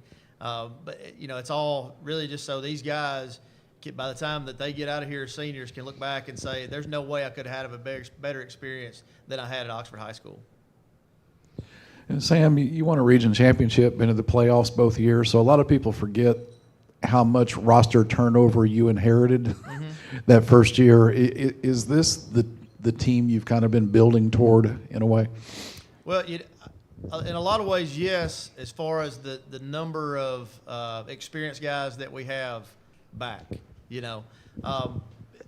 There is something important to understand about every single year. the team takes on a life of its own, regardless of whether you have 15 or 16 returning starters or you have 3 returning starters. And we've kind of been on both ends of that spectrum. But those guys, the guys that are like sitting up here beside me right now, these are the guys that are really setting the standard for everybody that's on the team up under them. So we've got the point now where first time we go out on a Friday night here in a few weeks, we're not going to have, hopefully, we don't have the big eyes that we may have had last year or the year before with people that hadn't been out there on that Friday night and had that Friday night experience. So we have guys that have been in the fire. We've had big wins. We've had losses. We've had ups and we've had downs. And hopefully now we can draw on that experience week in and week out, and these guys can help their teammates understand that, you know, we got to be able to handle the highs and lows of the season, and there's always going to be both. Sam, your program and yourself kind of got drug in the Rush Probst hype a couple of weeks ago. I'm not going to ask you about what did or didn't happen on the field, but I am going to ask you your thoughts on the article that came out, and was it fair? Yeah, so here's a fun fact. Before I started coaching, I actually worked at the Birmingham News under Ron Ingram and covered high school athletics, football, basketball, baseball, all sports, and I can only imagine the response I would have gotten if I would have brought back an article and the headline says "Grown Man Says Bad Word." You know, that doesn't really seem like it would be part of the normal routine of the media. But you know, I guess times have changed since those days. When you at a 7-on-7 setting, there's no fans, there's no band, there's no PA. Everybody kind of hears everything, right? And when you're in those kind of things, players are competing, coaches are competing, and sometimes things get said, and you know, should it be headline news? Absolutely not. And now I think I'm not going to fall into the trap of letting this be a coach versus a coach kind of thing. I spoke to Coach immediately after that. I'm talking seconds after what was spun in the article as a scene. What we talked about was ticket prices and parking. Seconds after this whole thing.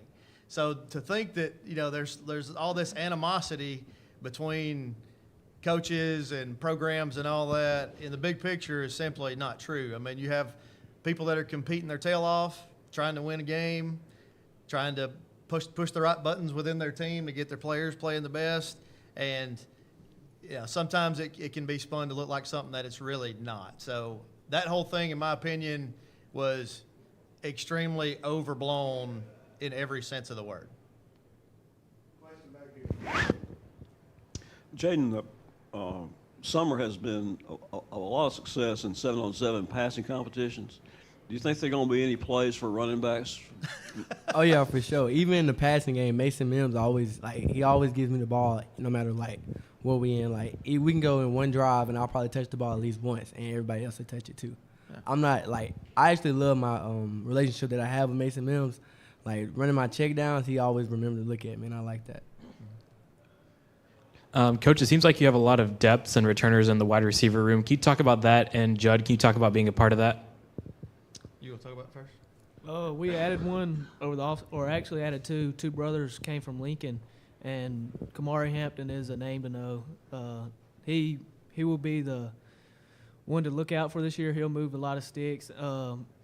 We have 4 starters that can change the game in a matter of seconds, and we have people behind that can do the same. We have a lot of depth, and it'll help.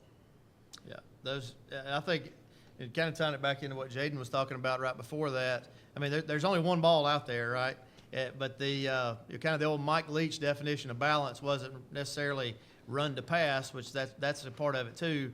But it's being able to have multiple guys on the field that can be big threats, and we have that in different positions. You know, and our receiving core, each one of those guys is very talented. They also bring a different skill set to the table. You know, Kamari Hampton that Judd just spoke about, he earned an offer because of the way he performed at UAB. He's a longer guy that can go up and get balls out of the air and then, you know, make a lot happen after the catch. You know, Judd has good speed and is really good at working kind of the second level routes. Really, he's not as much of the over the top kind of guy, but he's more of, you know, find the creases in the middle of the zones. You got you know, Nick Richardson, who is, you know, one of the most underrated football players probably that I've ever coached. I mean, he's a really polished route runner, and there's nobody that we played last year that had a lot of success trying to cover him one-on-one. And then you got, DK Wilson, you got Nick Hampton, you got Jaden Lewis in the tight end spots that kind of bring something else to the table. So, I mean, we're really excited about where we are, really all of our offensive skill spots. I got one for the players and one for you, Coach. For the players, when your playing career is over at Oxford, how do you want to be remembered? And then, Coach, what is it about this year's team? Like, what excites you about this year's team compared to teams you've had the past couple of years at Oxford? I want my leadership role to be remembered. I just want to leave a legacy that can be remembered and maybe set an example for the people that's like a Keenan Britt. Like, I'm 3 years older, but we've played the same amount of time. I mean, we've grown a connection, and me and him played together, but he's going to be there when I'm gone. I mean, just leaving it to younger people to, try to be great. What stands out to me about this group of guys for this particular season is that they seem to take just a lot of joy in competition.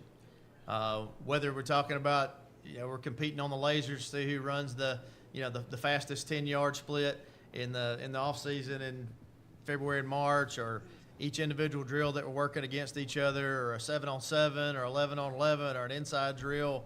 I think they do a really good job of competing fiercely at the time against their teammates or their opponent, but then they also have the maturity at this point to take joy in the success of other people. That's something that a lot of teams struggle with, and we've struggled with in the past. There can be the temptation sometimes. It's just human nature. If my teammate starts getting some publicity over here or scores some touchdowns, an immature team may start having a little bit of jealousy kind of creep in. And I really haven't seen that with these guys at all. All they care about is the number that's on the scoreboard, regardless of who's putting the points up there. I got one final question, then we'll wrap it up, Coach. Last year I was at Huntsville High that first game, and Sam Robertson had an unbelievable first half. I think he had 4 touchdown receptions, was just having a game of his life, and then on a touchdown play broke his collarbone and was out for 8 or 9 weeks or whatever. Mm-hmm. To Jaden and Judd, things like that happen? Does it make you realize that you're one play away from your playing days being over, and to cherish and love every moment that you have, knowing that could happen in this game? What you just said is the exact thing that happened to me. So, yeah, I realize that you got to play the game smart. I mean, you go into whatever you do knowing it could be your last. I mean, you could wake up tomorrow and it be your last day. But, I mean, I don't think that really matters. You just go out there and do it to the best of your ability. Well, we're excited about Oxford football this year, Coach. It's going to be a great year, we feel like, all of us locally here with the media and the quarterback club. Let's close it out by having your final thoughts. Yeah, again, thank you all for having us out here. I mean, this is one of the events that we look forward to every year, and it's always good to get to shine the light on the work that a lot of these teams have put in for the last several months. And, we've got another few weeks before we get our home opener at Oxford, and that'll be Huntsville High coming in. We have 2 good contests before that. We'll take on Fort Payne in a jamboree game on the road. We'll go to McAdory for our season opener on the road. Then, like I said, Huntsville back at home. And, we're just looking forward to having huge crowds out there and, getting these guys the support that they deserve. Very good. Oxford Yellow Jackets, 6A football. We wish you the best this year. Coming up next, Walter Welborn Panthers. All right, man. Good job.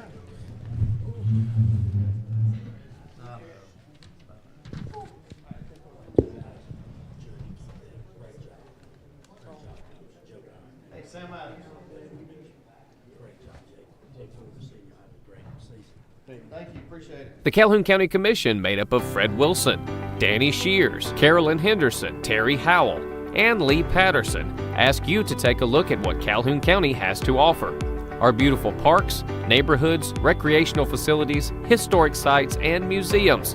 Our citizens enjoy a high quality of life and strongly support the arts. If you're considering expanding or starting a new business, take a look at Calhoun County. You'll be glad you did.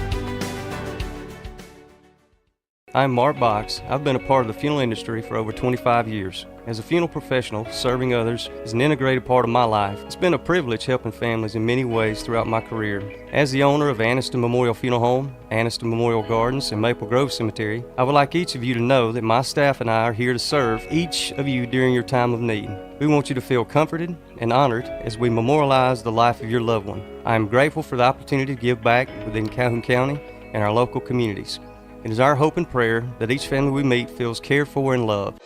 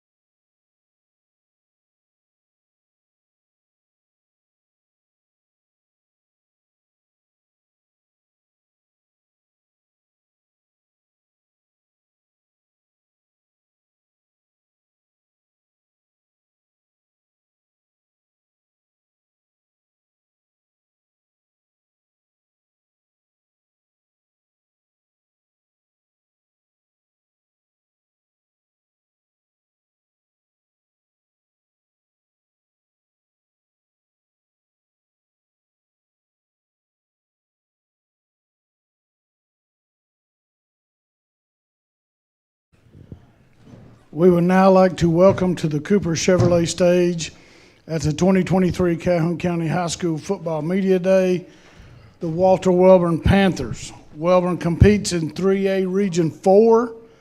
The head coach of the Welborn Panthers is Jeff Smith. Today, Coach Smith has brought with him his quarterback, Noah Screws, and an offensive and defensive tackle, Andrew Salter. Coach Smith, we'll just start with your opening comments. Well, first, I'd like to thank the Calhoun County Quarterback Club for having us here today. It's good to see everybody from the media, and I tell you what, it's like Christmas. You know, we work all year long, and now football season's here, and it'll go by a blink of an eye, and then it'll be over, and we'll be getting ready for the next one. So it's exciting times. All right, let's open it up to questions. Namath, you have a question, I'm sure. This is actually a non-football question, Coach, but the amount of time you watch film and the amount of time you cut grass, if you combine those, how many hours a day you think that is? I don't know. I think when I was hired, I didn't look at the contract good enough because I think I signed up to be the janitor and the grass cutter, and I coach for free. Jeff, obviously new quarterback this year. Can you speak to what Noah brings to the table and what you've also got some other new guys in the backfield this year. Can you break that down? Well, Noah has been with our program. Gosh, I tell you what, he's 18 now. I've been the head coach going on 15 years now, so I've been watching this number 11 out there on the field from midget football all the way up. And he is a hard worker. He has not missed a single workout this summer. I don't think you missed one last summer either, did you, Noah? So he's missed no workouts in the last 2 years. He does everything we asked of him. He is Mr. Consistent, and he has full respect from our team. And we're just really looking forward to him, leading our team this year. This is a question here in the middle. Andrew and Noah, this is for you two guys. Obviously, you're leaders on the team. Coach thought enough to bring you to this event today, and I know that's an honor. It could have been the guy playing next to you, but it was you two.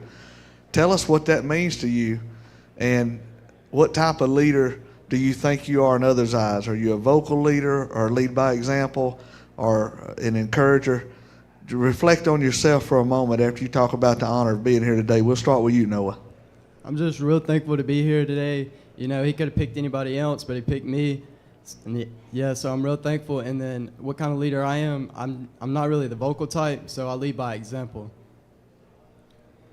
I'm real thankful to be here. It's just an honor to be represented as a leader for my team, and I feel like I'm more of a vocal leader and just try and pick up the guys, and just hopefully we can stay together as a team today, or this season, and just go deep into the playoffs. We've got another question here with Jim, but before we go to that next question, I got to speak on Andrew. Andrew ran balls for us when he was a kid, and Andrew actually is slimmed up a lot more than he was when he was younger, and so we would be out on the field before the game start, and we'd be like warming up and everything, and a football field's 120 yards long, it's 53 1/3 yards wide, and at that time I was a lot heavier than I am now. And I'd be standing out there watching us warm up right there, and Andrew would make sure he found me during warm-ups right there, and run slap into me and about knock me out before the game even started. He got to be like tradition. I had to start kind of looking for him, and he'd still get me. That'll wake you up before the game. That's it. Coach, I got a couple for you. One of them's personal. One of them's about the program. How many times have you watched Elvis? Oh, me? The movie. The movie. The movie last year, at least a dozen. Yeah. At least a dozen. And been to Graceland 3 times. All right. Earlier in the program today, we were talking to Coach Ginn about the facilities out at Alexandria in the stadium, and a lot of the same things I think can be said about your place, the Hill, as far as what kind of community support you have, and just really what a special atmosphere it is. And I know it means a lot to you personally. Oh, definitely. It means a lot to me personally. I mean, being from Welborn and being able to coach at Welborn, it's very special. But talking about our facility and our place and our atmosphere, I truly believe Friday Night Lights is Welborn football. And I think playing, putting that black helmet on, wearing that black jersey and playing on the Hill is very special. And we're not just playing the game, but we're trying to represent our school and our community, and most importantly, all the guys that's played for Welborn in the past. Question back here. No, there have been a lot of folks whose last name is Screws play at Welborn. How much of an impact does that family connection going back a long time have on you and your desire to play? I've had a lot of family play for Welborn and play for Coach Smith here. It's just, I just want to keep on leading, be in the family line, just keep on leading and play like them, play how my family played. I had my cousin, he went up to play at JSU. I just want to keep on leading by example and playing with the last name Screws. For Coach and Andrew, can you guys talk about the offensive line and kind of what they're looking to bring this year? I'll let Andrew answer that. Go ahead, Andrew. I feel like our offensive line is really experienced, and we have a good bit of heavier players, something that we didn't have last year. We was all a little bit lighter, and even speaking for myself, I weighed a lot less than I did now, and I feel like it's just going to be a lot harder to move us around on the line, and I feel like everybody's got their technique really down pat on the offensive and defensive line, and I feel like we're going to be a real big aspect to the team. I feel like our strength of our team will be our offensive and defensive lines this year. And I think anybody around us would say the same thing. You know, our offensive line is coached by Coach Jordan Houston.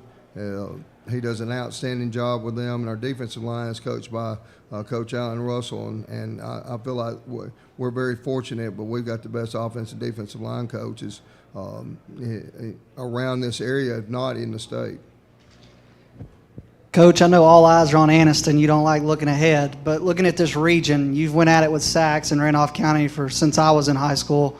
Just talk about this region, new coach at Sachs, new coach at Weaver. Just talk about navigating week by week.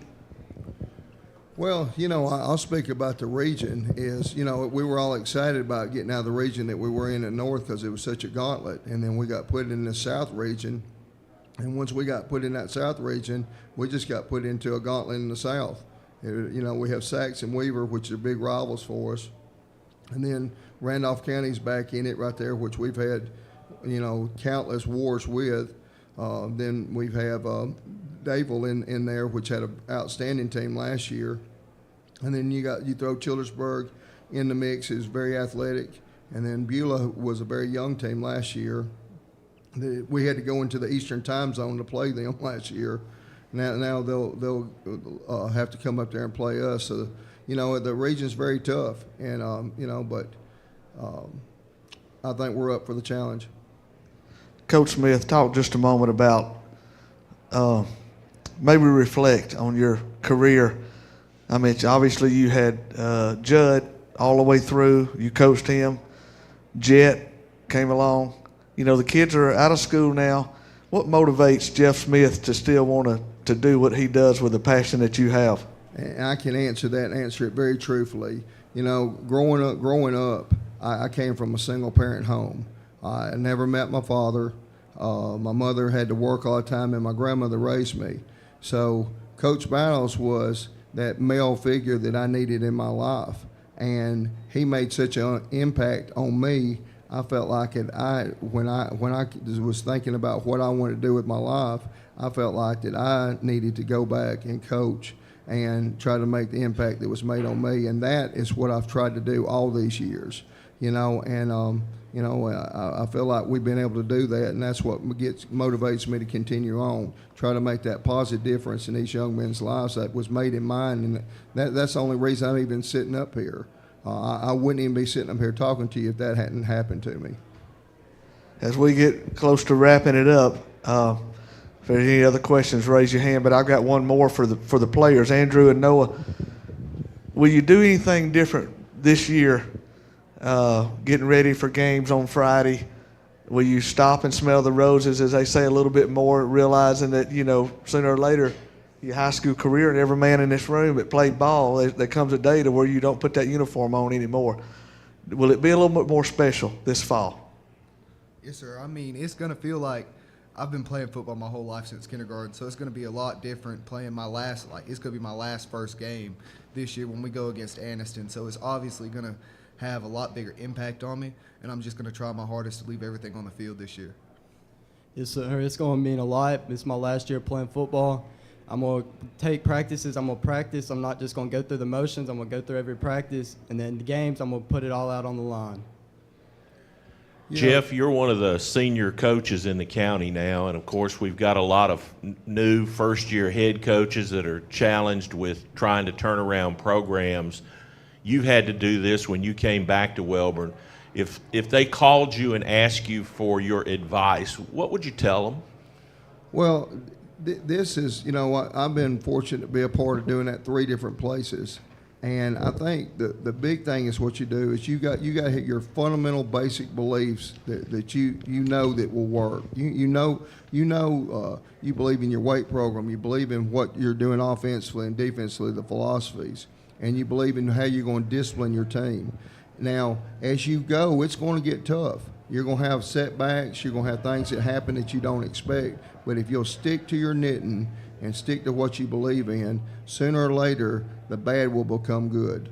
And you just got to stay the course. You got to put your blinders on and get to work and stay the course, and right there, and you can turn it around.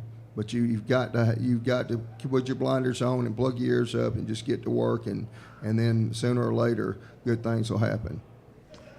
Coach, as we wrap it up and get your final thoughts, before that, I'll encourage anybody listening to this to take in a game up on the hill if they've never been there. Absolutely. You know, in the last few years, I went to a Welborn Piedmont game 2 or 3 years ago that would rival any I've ever seen in my life. But as we wrap up, we wish you all the best this fall. We're going to keep up with you, but just close it out with your final thoughts.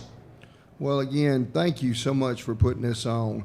You know, Coach Odell back there, he talked about doing this for years, and we sure do appreciate y'all putting this on. I think it puts a great light on high school athletics, and especially our area in Calhoun County.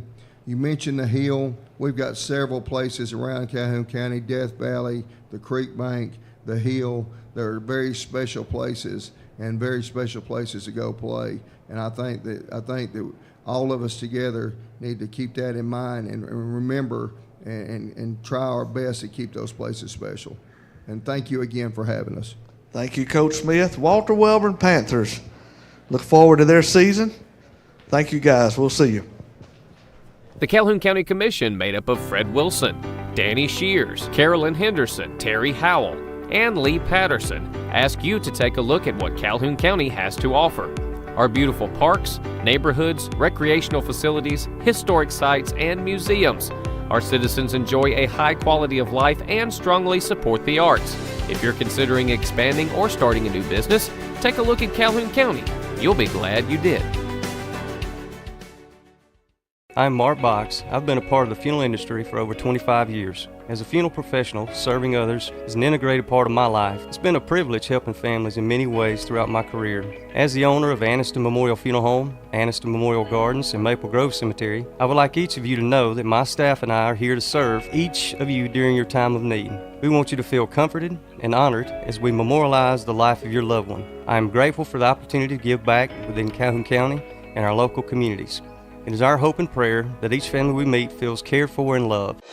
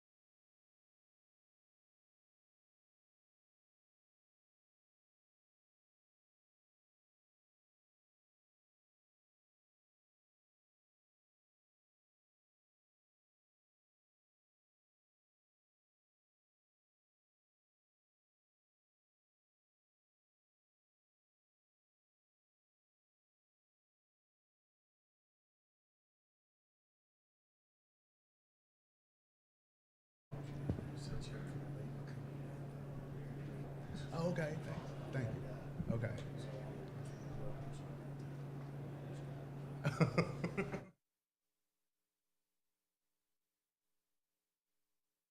All right, ladies and gentlemen, and now it's time to welcome to the Cooper Chevrolet stage at the 2023 Calhoun County High School Football Media Day, the Sacs Wildcats. Sacs competes in 3A Region 4. The head coach of the Wildcats is Alfonso Freeney. Today, Coach Freeney has brought with him wide receiver, defensive back Christian Smith, and linebacker McKees Gaffney. Coach Freeney, we will start with your opening comments. Absolutely. First off, I just want to say thank you for having me. I'm very excited to be here. I'm excited to be here with these two young men. They've been a big part of our program. I also want to say thank you to my wife, for it wasn't an easy move, coming all the way from Tampa and trying to come, move back here and having two young kids. So I have to say thank you to her. I also want to say thank you to the Sacs community. Thank you to Principal Taylor. There's so many people that I need to thank, and I also want to thank God, for giving me this opportunity, and I'm excited. I'm excited to be back. This is my second home. I played as a Gamecock, 2006 to 2010. I was part of the Ole Miss upsets, what everybody likes to talk about. Jack Crow is my coach. I've learned so many things from him that I take on now. So I'm just glad to be here. Glad to be here. Very good, Coach. All right, we'll start with questions and remind the coach and players to speak into the microphone. Joe Medley. Alfonso, just having coached in Florida and being aware of what high school football is like here, how do you compare and contrast? So I think in Florida, you have some special athletes in Florida. You have a lot of talent in Florida and things like that. Those kids, I was talking to these guys on the way over here. I think the biggest difference is in Florida, they have so many resources for those student athletes there that maybe these guys don't have. We're talking about half my kids, will finish doing 7-on-7, and they're going out playing for another 7-on-7 team, or they're going to their private trainer and those kind of things. So I think as far as like those kind of things, that's a big difference from there and here. But the one thing that I do see here is there's so much to do there that you don't really get to bond as a team. Like, my guys will have in Florida that we'll have workouts, and as soon as workouts are over, they're gone. Like I probably spend more time with these guys than I do, my own kids at home right now. And that's not a bad thing. These guys are my kids too, and I tell them that as well. But I think that's a big difference in how they work. They just want to be around. If it ain't football, then they want to go and have open gym, or they want to go out and throw by themselves. Like, I don't even have to be there, I can just be afar to watch them, and that's been really, really refreshing to see that. For the players, what have you learned about your coach in the time that you guys have been together? And for Coach Freeney, can you talk about what you've learned about your team in the short time that you've been here? I'll go first. I learned that a lot of guys they really want this. They put in the effort. I'm one of the guys who ride with Coach to practice every day. I get there at about 7, and we don't leave until around some days 3 or 4. A lot of the guys have put in extra work. We got a group chat, and people are calling in. We having 7-on-7s amongst each other. It's just an effort that I learned about my team that we really wanted. Same thing what he said.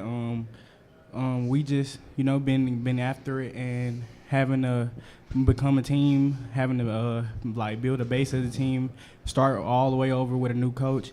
It's just been a great experience, really. Coach Freeney, he welcomed us in with open arms, and we just been, we took off from there. This is for Coach. There was an article that posted that said you made a winner out of a winless team. And I was just wondering what's one thing that you could take away from that experience and apply it to the Sacs program. Also, go Gamecocks. Go Gamecocks. So I think what I can take from that is believe in your kids, and that's all that was at Pasco. Is we really went in there, and man, like I tell you, X and O's, there's only so many X and O things you can do when it comes to football. But if you really focus on the kid as an individual and you focus on building them to be better young men and better husbands, fathers, and those kind of things, all the other stuff's going to fall in line. So I think I'm just going to take that from what we did at Pasco. You know, I mean, we were very basic when it came to X and O's, but we just made our kids understand that they're not average, that they were great, and it's the same thing that we're doing with these kids now. To Christian and Marquise, you were used to one guy running the program for a long time. How is he different from what you knew? It's a lot more expectation that he puts into us. Like, he expects us to be the leaders and make everybody around us great, and that's what's really pushing us to try to be the best we can, try to be leaders around the younger grades and the underclassmen. We just try to show them that if we can do it, they can do it too. You know, it is a different coach. You know, Coach Miller's a great coach on the field, but Coach Freeney has really been striving to teach us to be better young men. It's been days where kids, it'll be a minor thing, a kid get in trouble, but we got this thing called Circle of Truth. Guys are going out there, we're making up for it. He's teaching us how to be leaders, how to take accountability to make sure our younger kids get on the right track. Coach, next question back here. Marquise, you apparently going to get to play just on defense. How did you avoid offense? How did I avoid offense? He's going to play some offense, too. Don't let him. You didn't avoid that. Tell me about offense, too. All right. Offense, I didn't really get to play offense last year because Coach Miller, we had a couple weapons, so I really wasn't in the need to play offense. This year, I'm very excited to play offense, actually. I'm ready to see what I can do with the ball in my hands and see what we can do this upcoming season. Yeah, Coach, first off, welcome back home. Thank you. Good to have you back. Good to be back. Talk a little bit about what process went in your mind when you saw this opportunity at Sachs was open. I mean, this is a program that a coach doesn't have to come in and turn it around because the program's been pretty successful over the past decade or so. Talk about what got you excited about coming to Sachs. I think the biggest thing the first part of the process was making sure my wife was okay with it. So, you know, without her being okay with it, it wouldn't happen. So, like I said, I appreciate her so much. But, you know, what really got me excited is the opportunity to come back here. I knew Sachs had been really good, and they've made some regional final runs and probably should have been in a state championship game one year.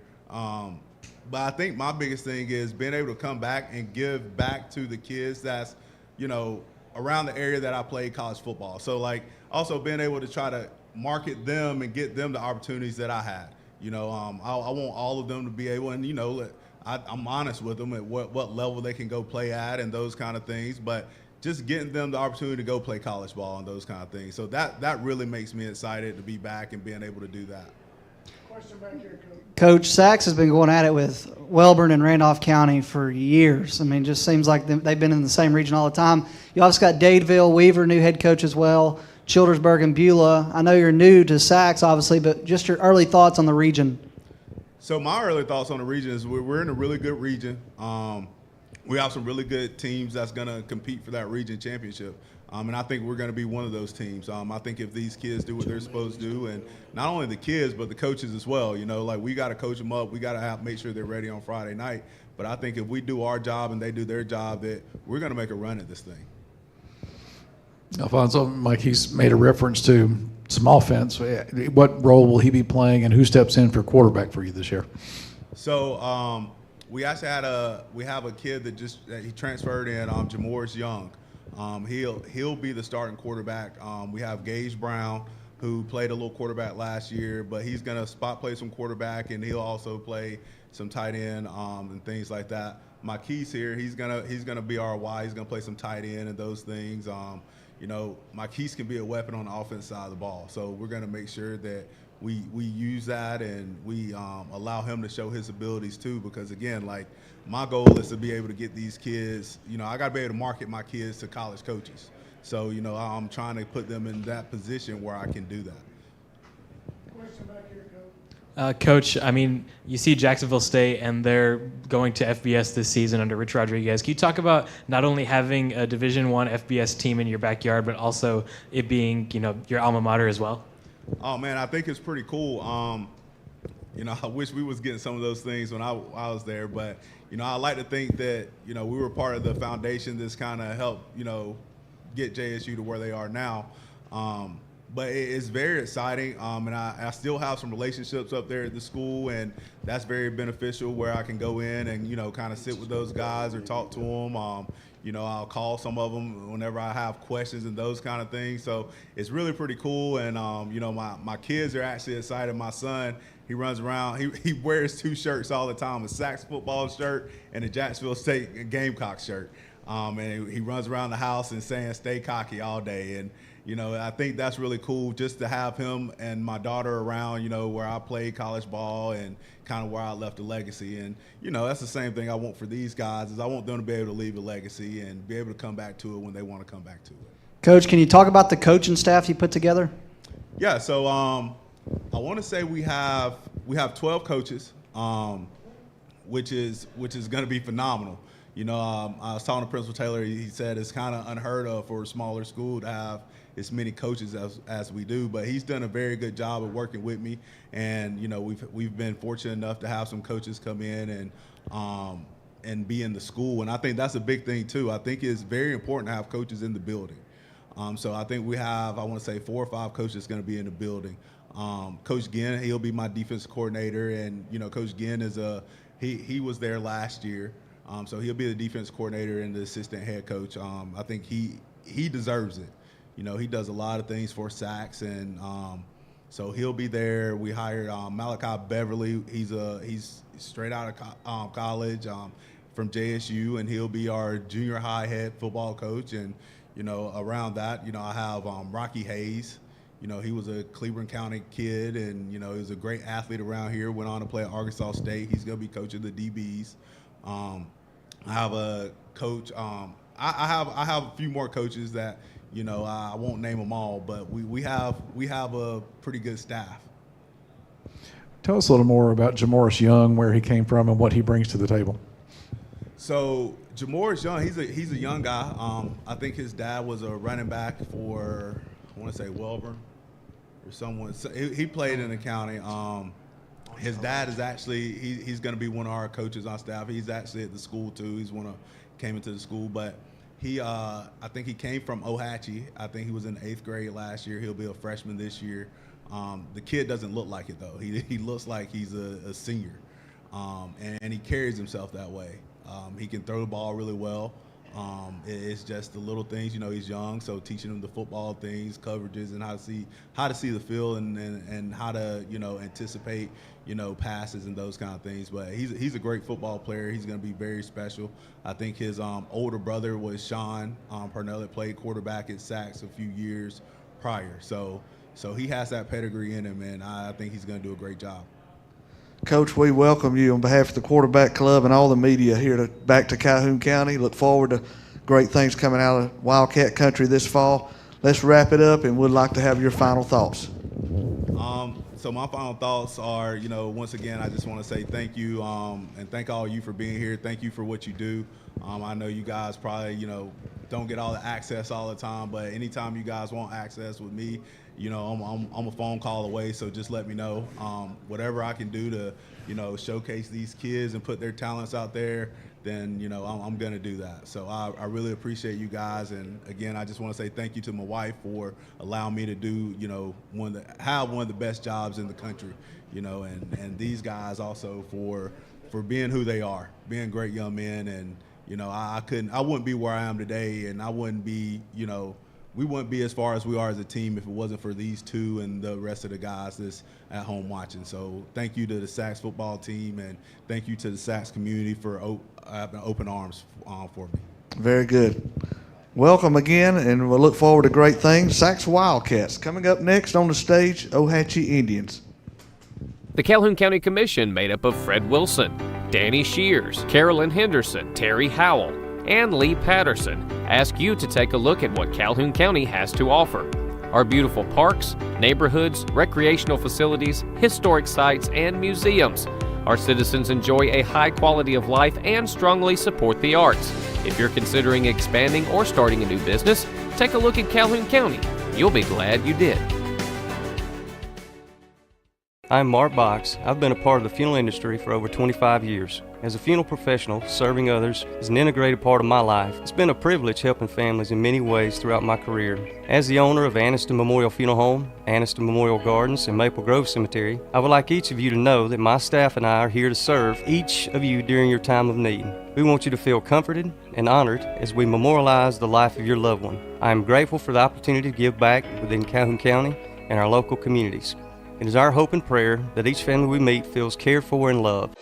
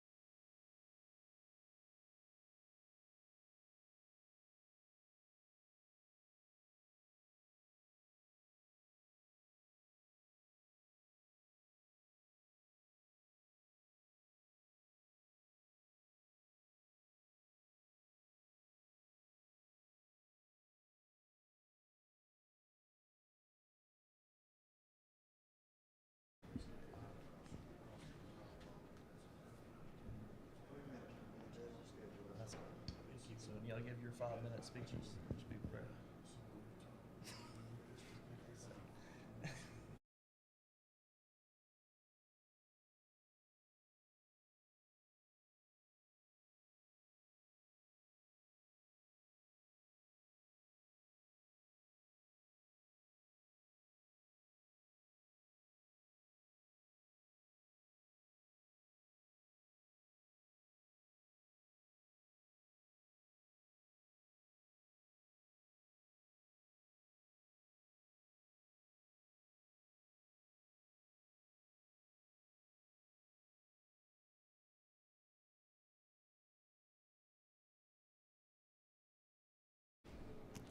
You know, some people don't get to talk much at home, I guess. Anyway, next up on the stage, ladies and gentlemen, now like to welcome to the Cooper Chevrolet stage at the 2023 Calhoun County High School Football Media Days. The #1 school in the county, puts out pretty good products. The Ohatchee Indians. Ohatchee competes in 3A Region 6. The head coach of the Indians, Coach Chris Finley. Today, Coach Finley has brought with him Jesse Baswell and Will Folsom. Coach Finley, we will start with your opening comments, and welcome. I want to thank you guys for having us out today. This is always a really good event for coaches and players. I want to thank the Quarterback Club for all you do for all the kids in our area. We've seen that firsthand over the past few years. This is, it's an exciting time with football right around the corner every year.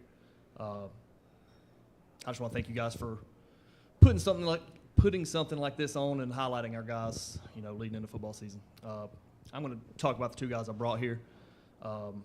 We've talked over the past couple of years about, last year we were a sophomore-heavy team. This year we're going to talk about being a junior-heavy team. But we don't want that to take away from our senior class. We've only got 3 seniors, so you're pretty much looking at our senior class right here.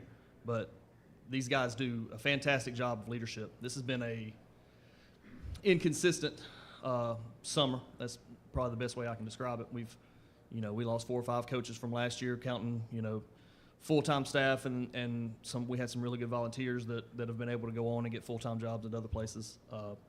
So it's one of those summers where you have a day or two where it's just 2 of us there running workouts, but we've been able to hire some coaches, bring some guys in.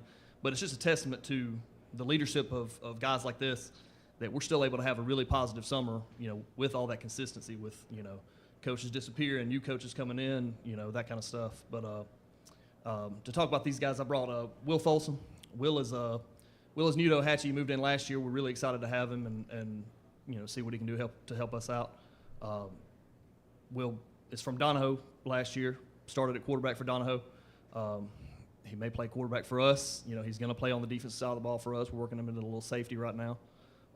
But he came in last year and had an incredible attitude, work ethic. Automatically took a leadership role in the weight room and on the baseball field as well. Will's also an incredible baseball player, so we're really excited to have him in all aspects of our program. And also Jesse Baswell. Jesse's been part of our program for a really long time, and there's years and times where it looked like Jesse may be the only senior, coming through this group. He may have his own senior night, but we're really excited that, to have Will along and Chris Siniglio, our other senior that's not here with us today. But Jesse last year was a do-it-all guy for us. Jesse played. He probably started games at more different positions than anybody on our team. I think Jesse started at quarterback for us. He started at tailback for us. He started at tight end, and through the year he played either defensive line. He played linebacker. He played safety, corner, whatever we needed him to do. He was always willing to do it for us and succeed at it. And so I've got both these guys listed as athletes, and I think that kind of speaks to the kind of team that we have. We've got a team full of guys, especially at our skill position level, that can play anything, that can do anything we need them to do. They're very versatile, and these two especially. I know that I can count on these two to do just about anything. I can count on them to run routes, catch, to block, to play quarterback, to play defense, do whatever I need them to do. These are 2 guys that I can really count on, and I'm really happy to have both of them. But again, thank you guys for having us here, and we're excited to get going. It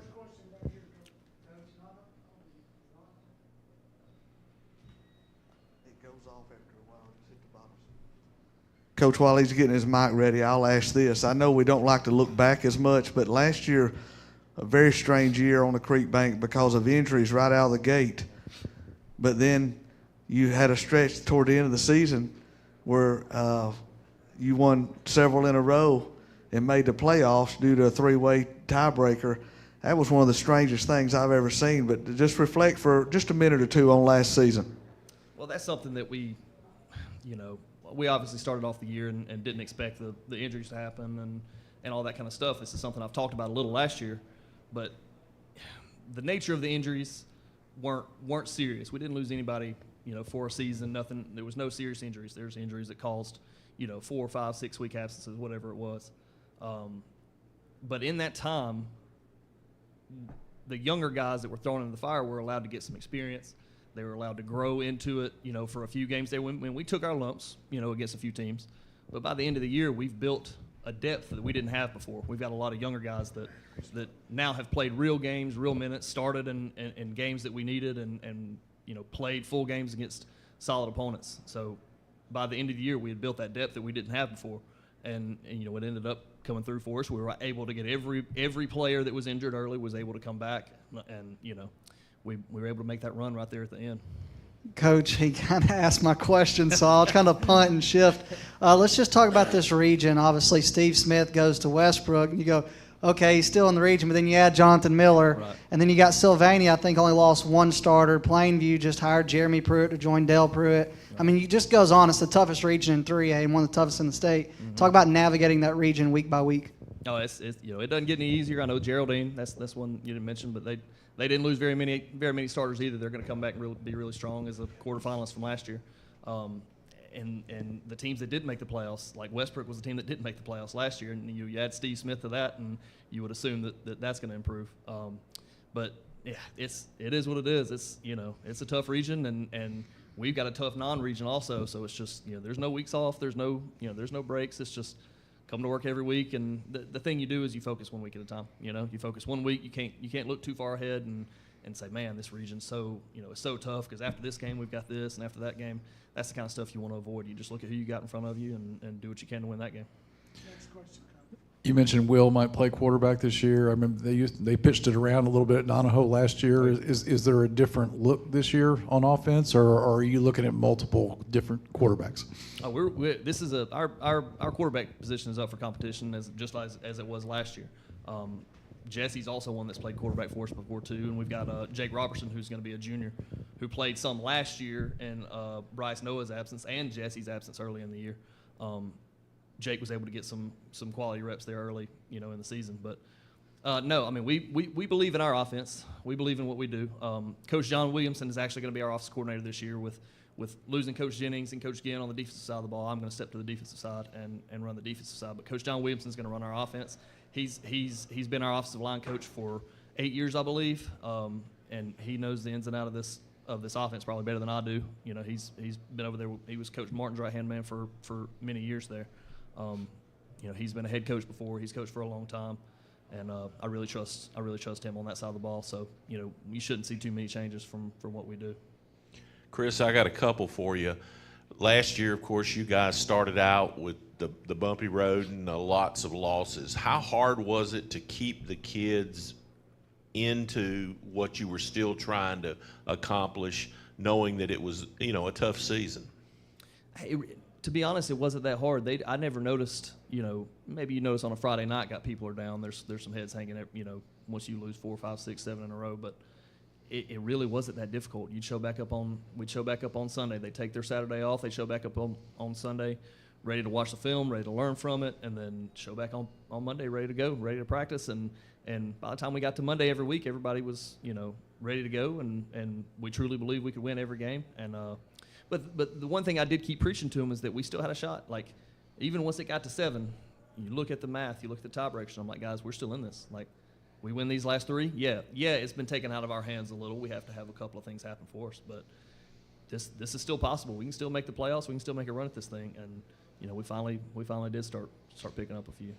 And my other question is, Ohatchee will forever be the first team to win the FNN Battle for the Belt. The kids seemed awfully excited after the game when they got that. Can you talk about that a little bit and what the bus ride was like home?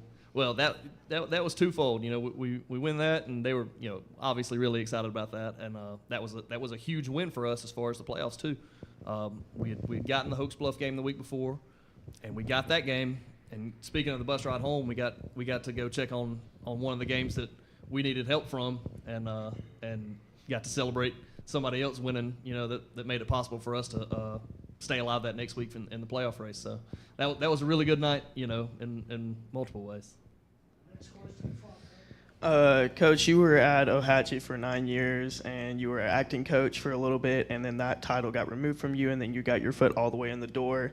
And then this goes for the players as well. But how has your experience been since you have now fully committed to that, and as well for the players, how has the coach been, and how have you enjoyed the experience of having him?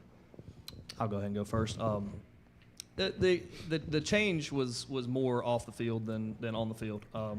I went from being an assistant on offense to calling the plays, and that's the biggest on the field change. But otherwise, on the field stuff was not the biggest adjustment for me. It was everything that goes into off the field. But you get a full year under your belt, and plus I had learned. I had got to be around Coach Martin for I think I coached for Coach Martin for 8 years, so I got to see the way he did things and learn from him. And I've also been able to coach under some other really good coaches, or play under some other really good coaches, and see the way they do things. So it wasn't a huge adjustment. It's obviously a small adjustment to mostly the off-field stuff, but I've really enjoyed it, and it's the transition I feel like has been smooth for me. For us, it was just coming to work every day, doing the same thing. That's all it was. Yeah, for the time I've been here, he's been a really, really good coach, and he's helped us out a lot and kept us on our toes, working hard every week. So he's helped us out a lot so far. Next question. Thank you. Jesse, I remember watching you when you were a freshman and thinking, this guy ain't gonna survive. How much weight have you put on? How much size have you put on? How much bulk have you put on in the last 3 years? Probably about 30-something pounds, maybe 35. Stay in the weight room every day. Chris, and I'll ask Jesse this too, because you've been around the program for a long time. You mentioned all the coaching turnover this offseason. There was a group of guys that's been together for a long time, and now things have kind of dispersed. How different is it? And I'll ask Jesse the same question. What's it like getting used to new faces? Okay. Well, it's twofold for me. Those, this year especially, we lose Coach Blake Jennings, who was our defensive coordinator, been the defensive coordinator at Ohatchee for 10 years, I believe, and basically the co-head coach at Ohatchee for 10 years. The way that Coach Martin run things and the way that I did as well is, we ran the offensive side of the ball, and Coach Jennings ran the defensive side. Last year I helped some positionally during practice or whatever, but once we got to Fridays, he ran it on that side of the ball, and I never had to think, one thing about it. So he's essentially been a co-head coach for a long time. And then also Coach Bryant Ginn. Coach Ginn had stepped away from football for a little while, but in that mid-season transition, I called him and asked if he'd come back and help me out, and he did. And I really, really appreciate him for that. But, for me, it's twofold. You lose both of those guys, and those are solid thotball coaches. But those are also two of my best friends. We've been around each other for my entire life, really. And so you lose a little of that camaraderie, that, sort of brotherhood with your coaches when you spent that much time with them. But we've been able to bring some really solid coaches in the last couple of weeks, really. We've had to replace those two as far as head basketball coach and head baseball coach as well. But I think we've really hit a home run with the guys that we've been able to bring in. And between actual staff hires and new volunteers, we're bringing in 5 new guys, and all 5 of those guys I'm really, really confident in and excited to have them. This is for the players. When this season is said and done, your playing career is over, how do you want to be remembered at Ohatchee High School? Just to have a good season, have a winning season. Yeah, having a good winning season, and that we impacted a lot in doing that. All right. Coach, we wish you and the players the best this year. Look forward to things coming out of the Creek Bank that's positive, and we're excited for y'all. We'll take your closing thoughts, and we'll wrap it up with whatever you want to finish with. Okay. I'll keep it quick. I just want to say again, thank you guys for having us up here and shining a spotlight on our players in this county and everything you do for all our kids in this area. So thank you guys. Thank you, Coach. Again, good luck on the season. To the Ohatchee Indians. Coming up next on the stage will be the Donahoe Falcons. The Calhoun County Commission, made up of Fred Wilson, Danny Shears, Carolyn Henderson, Terry Howell, and Lee Patterson, ask you to take a look at what Calhoun County has to offer. Our beautiful parks, neighborhoods, recreational facilities, historic sites, and museums. Our citizens enjoy a high quality of life and strongly support the arts. If you're considering expanding or starting a new business, take a look at Calhoun County. You'll be glad you did. I'm Mark Box. I've been a part of the funeral industry for over 25 years. As a funeral professional, serving others is an integrated part of my life. It's been a privilege helping families in many ways throughout my career. As the owner of Anniston Memorial Funeral Home, Anniston Memorial Gardens, and Maple Grove Cemetery, I would like each of you to know that my staff and I are here to serve each of you during your time of need. We want you to feel comforted and honored as we memorialize the life of your loved one. I am grateful for the opportunity to give back within Calhoun County and our local communities. It is our hope and prayer that each family we meet feels cared for and loved.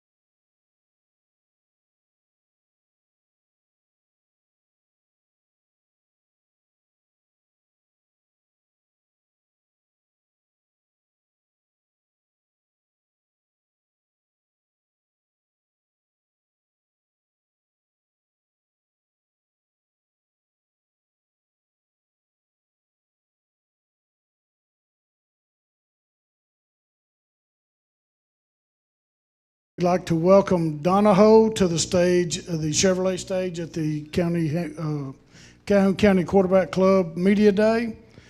Donahoe competes in 1A Region 6. The head coach is Jeremy Satcher. And today, Coach Satcher has brought with him wide receiver linebacker Richard Goad and tight end defensive back Hayes Farrell. Coach Satcher, we'll start with your opening comments. As always, first, just want to thank God for the opportunity to be here with you guys. We really appreciate what you do for not only the Donahoe School, but what you do for high school football here in Calhoun County. And I just want to say these two right here with me, I appreciate them going to this thing with me. And our guys here at home, they're working really hard, and so I'm very excited to see what type of season we're going to have, and I know it's going to be a good one for the Donahoe Falcons. Your quarterback from last year was just sitting here. Who steps into that role this year? Yeah, this year is going to be, his name is Kai Keckler. He's a big kid with a big arm, and so we're going to use that arm. Baseball kid, great kid. And so now it's just learning the game and just being confident. And I think for us as a whole and as a team, confidence is key. And, once we get that confidence, we're going to have a good season.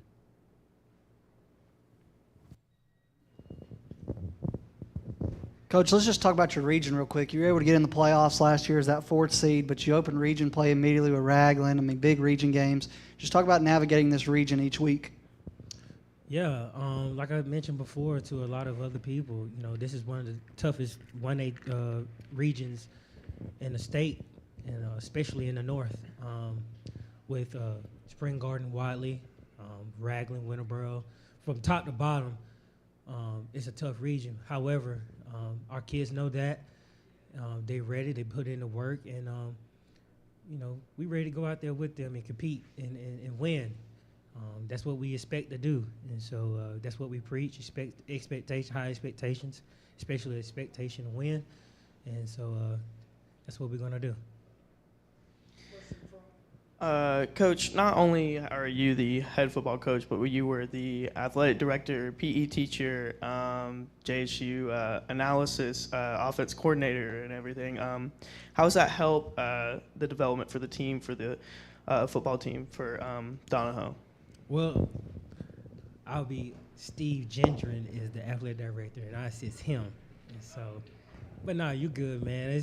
I just made sure because, without the administration at the Donahoe School, I won't be able to do anything that's necessary to be successful. And so I appreciate that from our administration. But all those other places I've been,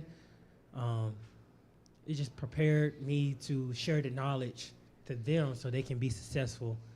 Not a lot of coaches have been able to see those different levels, such as collegiate level, high school football. So now I can pass that knowledge to these two and the rest of the team for them to be successful. To all three of you, what did it mean to get back in the playoffs last year for the first time in a while, and what's the next step? So last year, being able to get in the playoffs was a big deal. That was one of our season goals. This year, of course, same goals to get back into the playoffs, and this year be able to win and make the next round. Oh yeah, definitely the same goals this year to make it to the playoffs, but we want to exceed and make it further. Last year getting into the playoffs was definitely a bigger deal because the past 3 years we haven't made it. Coach, can you talk about what you see from the offensive and defensive lines and some faces and names that we might see this season? You're gonna see, a more experienced group, a group that knows more of what's going on. Some faces that you will see on the line would be Cash Worley, Braden Johnson, and then some more other people that's gonna come. One is sitting right behind you. He started for us as a 7th grader last year, 7 games, and Luke Farrell, which is his little brother. So more experienced group. I think they're more developed physically, and then I think they have a more of an attitude that you're going to need to have to play offense and defensive line. This is for the players, and it's two questions. The first one is, what does it mean to you that Coach chose you two to be here? And the second question is, when your career is said and done at Donahoe, how do you want to be remembered? So I think I'm really honored that Coach really picked me here to come and talk today. You know, it's a big deal to me, most definitely, and you know, I just want to leave a legacy at Donahoe. You know, being able to look back and be happy with the way I produced. Yeah, I'm definitely grateful that Coach picked us to be here today. He picked us to be the leaders of the team, and when I leave Donahoe, I want to, you know, of course, leave my legacy behind. So I want the other players to remember me.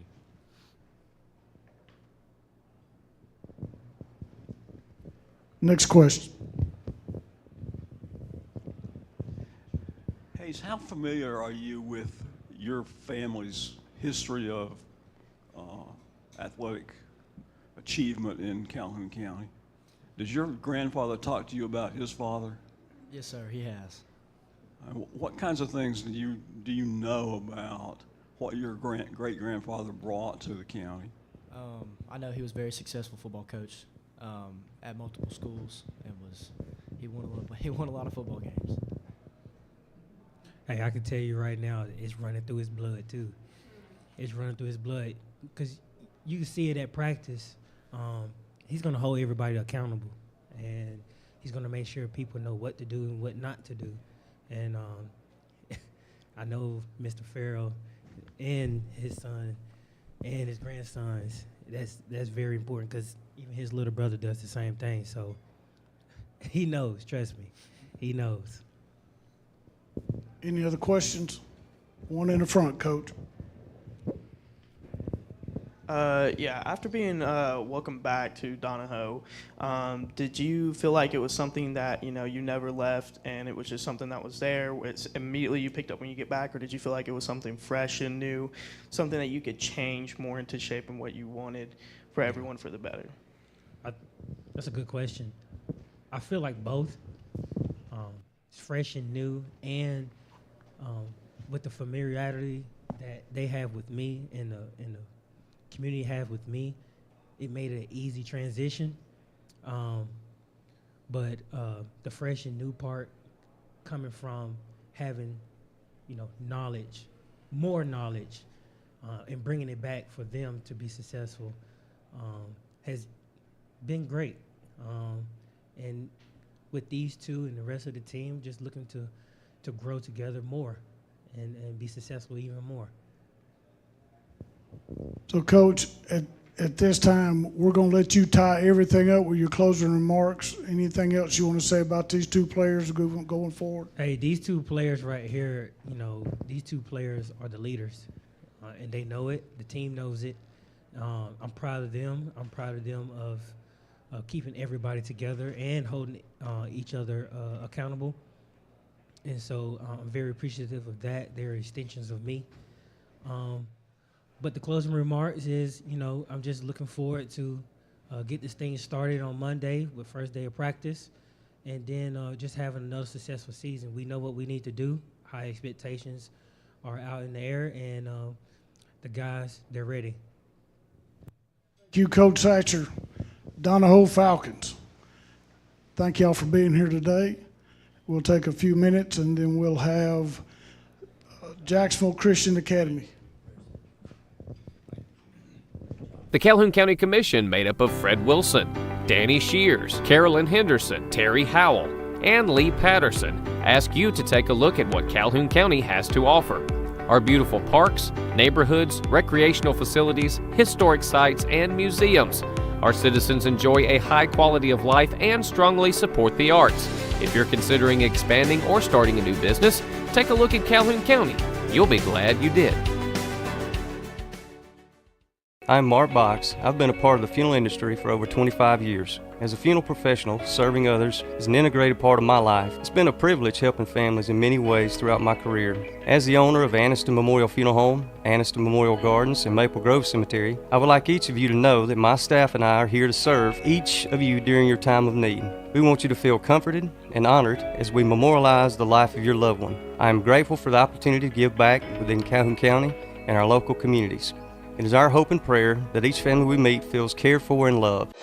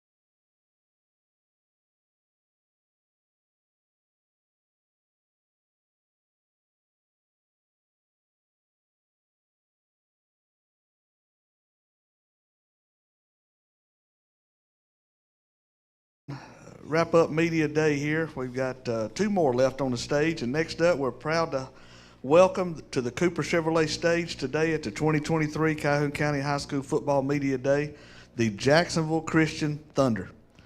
JCA competes in 8-man Alabama Christian Association football. The head coach of the Thunder is Coach Tommy Miller. Coach Miller's brought with him lineman Leland Potts and lineman Preston Strawder. Coach Miller, we will start with your opening comments. Just speak into the microphone and welcome back. Thank you. It's good to be here. We had a really good year last year, going all the way to the championship game, and unfortunately getting beat in the championship game. So we hope to duplicate that and maybe go a little further. However, we lost 6 seniors last year both ways. And that's going to be a big blow to us. We know we're going to be rebuilding, but we've got some people that have stepped up. These 2 right here have been playing for a couple of years and have made a lot of progress in that time. We hope they're going to be able to fill some shoes that we lost. So the league we play in, we can't literally play under Jacksonville Christian Academy because the AHSAA won't let us play 8-man football under JCA. So we have to play under the church name.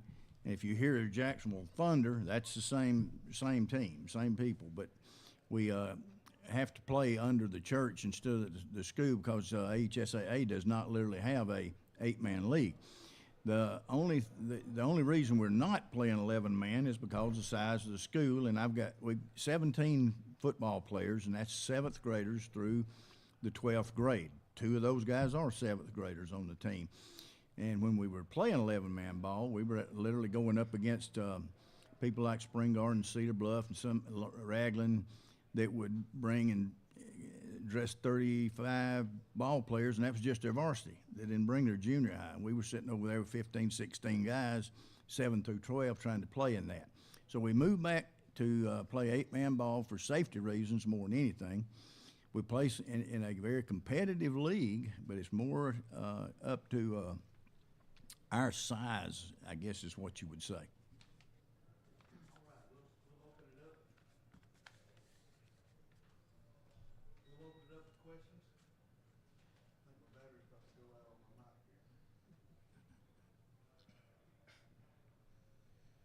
See if it'll work now. Here we go. Joe Medley with a question.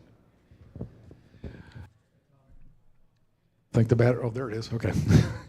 Obviously, Noah got a lot of attention last year and had a great year. Just how much has he developed from one season to the next, and what do you look out for out of him this year?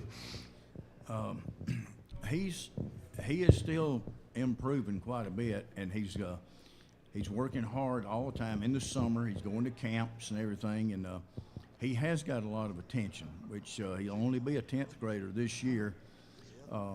He's even got SEC attention. South Carolina has actually come up and sat down and talked with me. They're interested in him, and they've had him up there. He had visits to Alabama and Southern Mississippi. Southern Mississippi's shown a lot of interest in him. Auburn has shown some interest in him. But he's just a 10th grader, and of course he's a grandson. And I've told his mother and daddy there's a lot of things that can happen between the 9th grade year and the senior year. Really want to see him do real well and go on, but I want to be very careful about where we go with that too. All right. Got a question right here.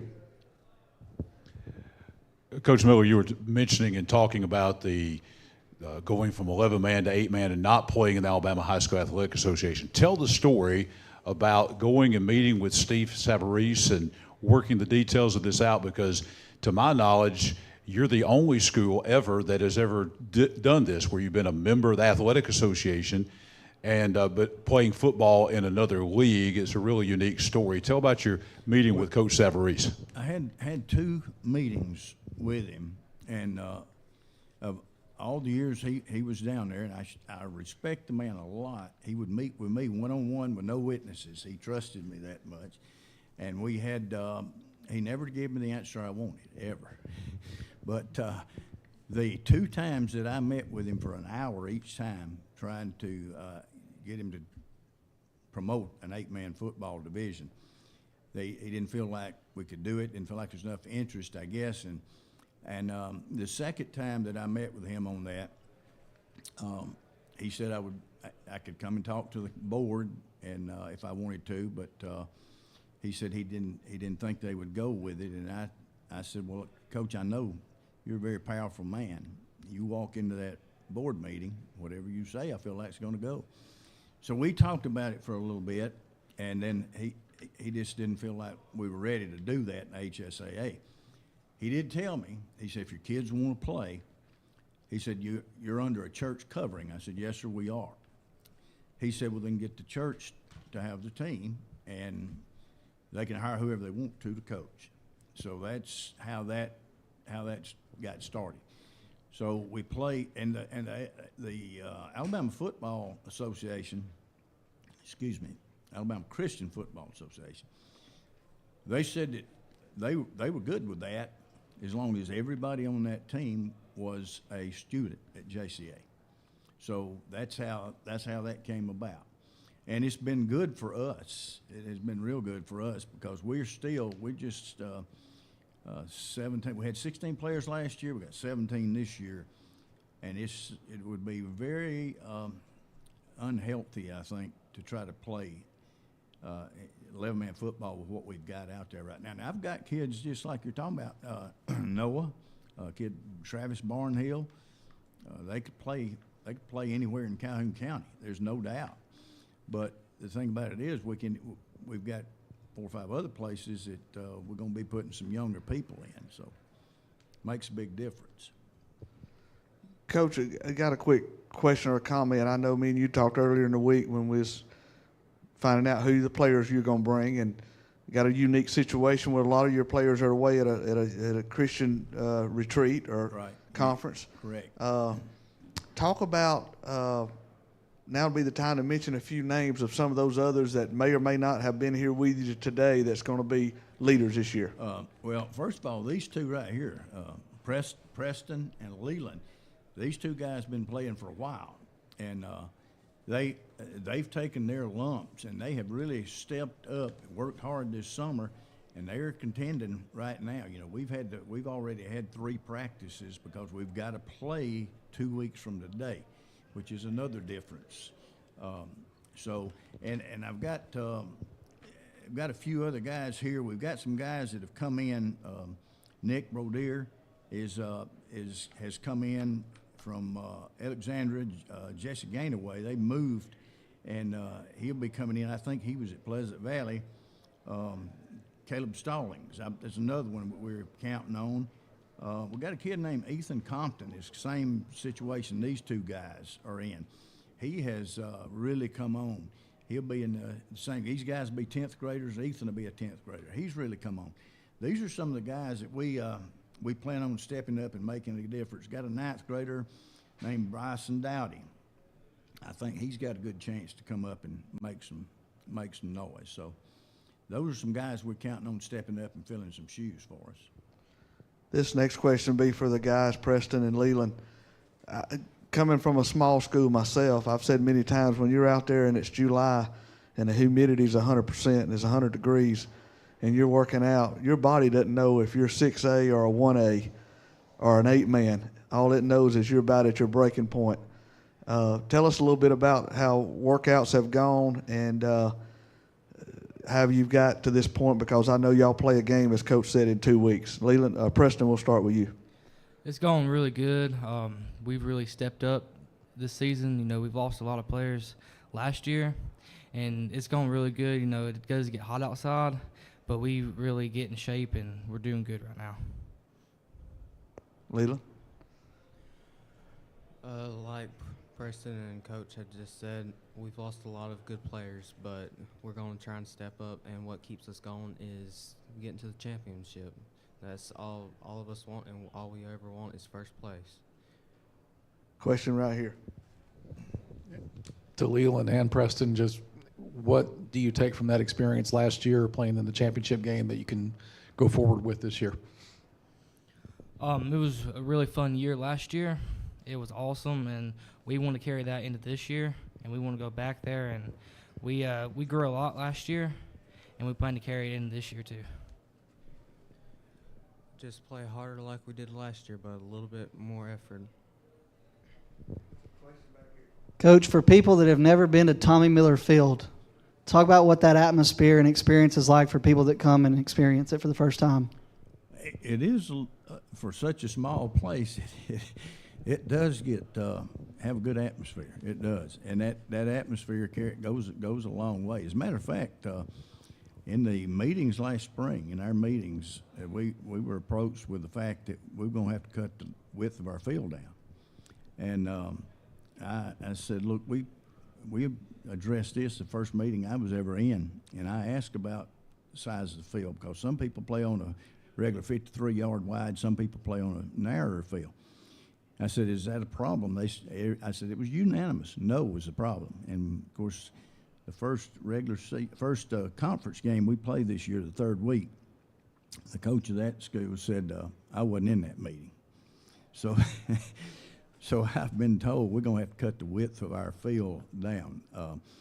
There are things that when people come in there, there is a mental side to it. I mean, I think they're trying to find ways to try to take that edge off of it. But no, I think we can still throw, though. That's the whole reason. Noah had a tremendous year. His stats were great last year. I think that's why they're trying to make us cut the field size down. Preston, how important are linemen in an 8-man game where there's not much running and a whole lot of passing? What's different in your mind about what y'all do? Well, it's really important, and we have to protect Noah. You know, we got people coming from all angles at us, and we got to keep our head on a swivel all the time and just make sure we protect him all the time while we're out there.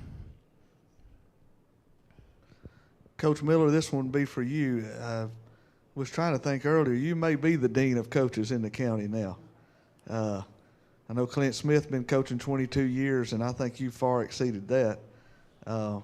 Many may not know you were as an assistant coach right out of college on the 1977 state championship team at Ohatchee High School. Is that correct? That's correct, yes. How does a guy that's coached and seen it all still want to keep doing what you're doing? Your plate's full. I mean, you got grandkids. You could sit back and go and sit in the stands and watch your grandsons play or granddaughters play volleyball, whatever. But what motivates Tommy Miller to do what he's doing? I think it's a calling.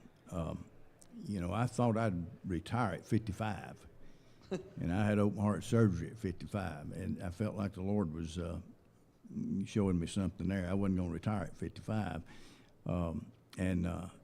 it's a calling. I don't know if we can ever retire. I might shift positions somewhat. But just like yesterday, I was in my office with a young man that is playing, and we had a conversation about the Lord.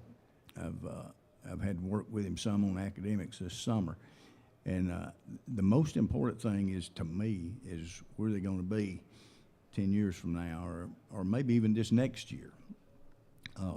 If they're I tell our congregation all the time, we're all a mess. And if you don't believe that, then you're deceived, because we're all a mess. We all need a Savior.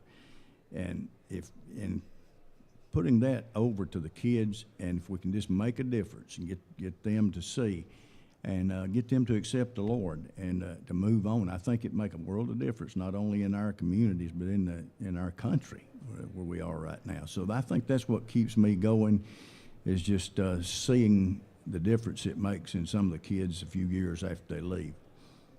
Final question for the two players. What does it mean to put on that jersey that says JCA, knowing the history that's been before you for years at Jacksonville Christian Academy? Tell us, what does that mean, and how does that motivate you, knowing that who all's played before you? Preston? It means a lot. I love putting on this jersey and going out there and competing.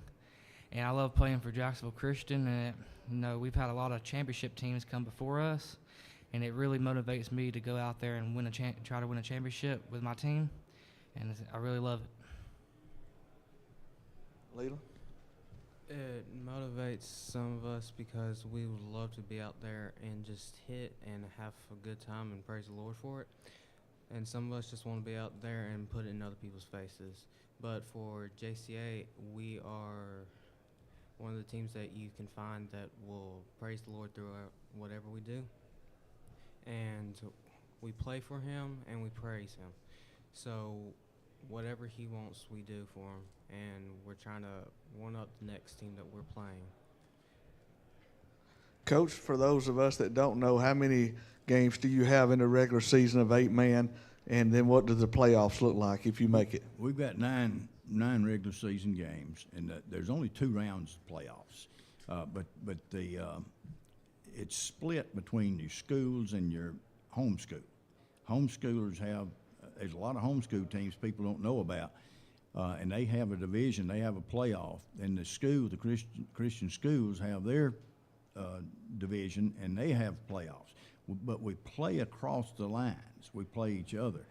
So there's a good many 8-man teams, and we will be playing in the division of the schools, which is where we play, and it has a 2-round playoff. You got to be in the top 4 to get in that. Well, we wish JCA all the luck this fall. Appreciate y'all coming and being a part of Media Days. Coach Miller, let's just close it out with your final thoughts. Well, I'm happy to be here with these 2 guys and represent the school and community and the parents and everything, and I appreciate the opportunities y'all gave us to be down here. That's important to us. Our thoughts on this season would be that I actually think we have a chance. It depends on, but we've got some people that have stepped up, and I think if we can just work hard, stay focused, that we would have a chance to get back in the playoffs. Very good. Thank you so much, JCA, Coach Miller, and the 2 guys. Good luck to y'all, as we said, this season. Next up on the podium will be Piedmont High School.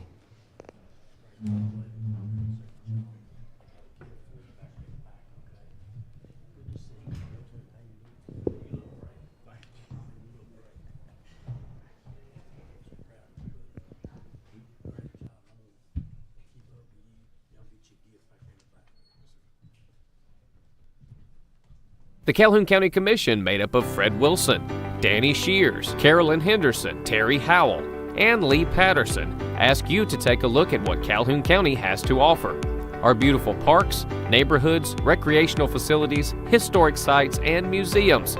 Our citizens enjoy a high quality of life and strongly support the arts. If you're considering expanding or starting a new business, take a look at Calhoun County. You'll be glad you did. I'm Mark Box. I've been a part of the funeral industry for over 25 years. As a funeral professional, serving others is an integrated part of my life. It's been a privilege helping families in many ways throughout my career. As the owner of Anniston Memorial Funeral Home, Anniston Memorial Gardens, and Maple Grove Cemetery, I would like each of you to know that my staff and I are here to serve each of you during your time of need. We want you to feel comforted and honored as we memorialize the life of your loved one. I am grateful for the opportunity to give back within Calhoun County and our local communities. It is our hope and prayer that each family we meet feels cared for and loved.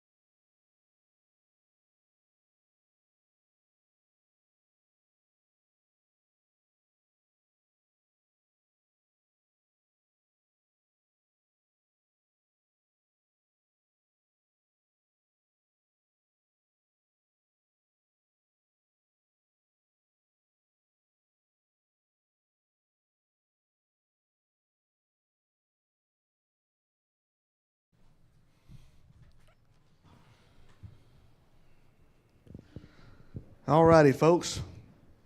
We will continue on.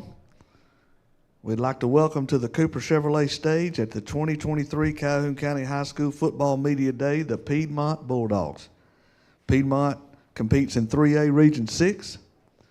The head coach of the Bulldogs, Coach Jonathan Miller. Today, Coach Miller has brought with him defensive end Chance Murphy and defensive back Trevor Pike. Coach Miller, we will start with your opening comments, sir. First of all, I'd like to thank the Calhoun County Quarterback Club for all that you guys do to support and promote high school football primarily in our area. It means a lot to all of us coaches. There's a lot of really, really good players, coaches, schools in this area, so it's nice for everybody to have a chance to get out here and promote their schools. Two guys I brought with me today, Chance Murphy to my left. He's a great young man, great student, really good defensive end for our program, smart player. He's going to get an opportunity to play a little bit on offense as well this year at H-back. Really hard-nosed, tough kid. Has got a chance to play on the next level. Trevor Pike to my right plays in the secondary for us at safety. He's the quarterback of our defense on the back end. Really smart kid, tough, great tackler, everything you want a defensive back. He's a kid that's also going to get a chance maybe to play some different spots. He's a versatile kid, can do a lot of different things, highly skilled guy, so he's going to help us offensively too in a lot of different ways. We'll open it up. First question, Coach Miller. Not a lot of coaches get the opportunity to move, keep it in the same region and that sort of thing. But tell us a little bit about what opportunities you saw at Piedmont in that community, without saying anything negative about where you were at. But what did you see for you and your family to make this step up the highway to Piedmont at this point in your career? Well, I think for me, the big thing for me was I felt like I needed maybe a restart, a refresh somewhere else. And, I wouldn't just leave where I was at for any school in this area or any program. Felt like it was an opportunity to continue competing for championships. And that was at this point in my career, that's what, I wanted to be about, and wanted to be at a place that had a chance to win at a high level. So, that's on the surface, that's what attracted me to go after this position. But at the same time, there's a lot of great things about Piedmont. The community's awesome. The kids are great. Very competitive group of kids at the school, and great academics. There's a lot of positives about Piedmont and the community that made this an attractive position. Jonathan, same question, a little different way. How has life as Piedmont's coach and athletics director been different from what it was at another place? Well, I think, one benefit for me, I came in April, so Coach Smith was there last couple months of school. He didn't leave until graduation, so I got to pick his brain a lot, and mainly about being, the things he did as athletic director, because he, that's one thing. He did a really, really good job as the athletic director at Piedmont for a number of years. So that was maybe the part of the job that has, I guess for me, had the biggest learning curve. Him being there was beneficial. He's been great to me over the years, and obviously that continued once I got the job. He was there and answered every question I had, and was always eager to help, and with anything that I asked him. So I think for me that has been a big help. This question's for Coach and the players. Coach, when you left Sachs, you had broke records, you had won games. I truly believe at some point something at Sachs will be named after you. I know you're starting your first year at Piedmont, but when your coaching career is said and done, what impact will you have wanted to leave at Piedmont? And then players, when your career is done at the end of the season, or Chance, Trevor, what do you want your legacy to have been at Piedmont? I think for coaches, a lot of times, or most of the time, we're judged on wins and losses, but really what it's about is the relationships with kids, That's one thing that, as far as kids that play for me, I want them to be able to pick up the phone and call me at any point in their life, or when they need something or whatever. I want to have that type of relationship with my players. So that's something that I, over the years at Sachs, I think, I definitely had that with those guys, and something that look forward to continue at Piedmont.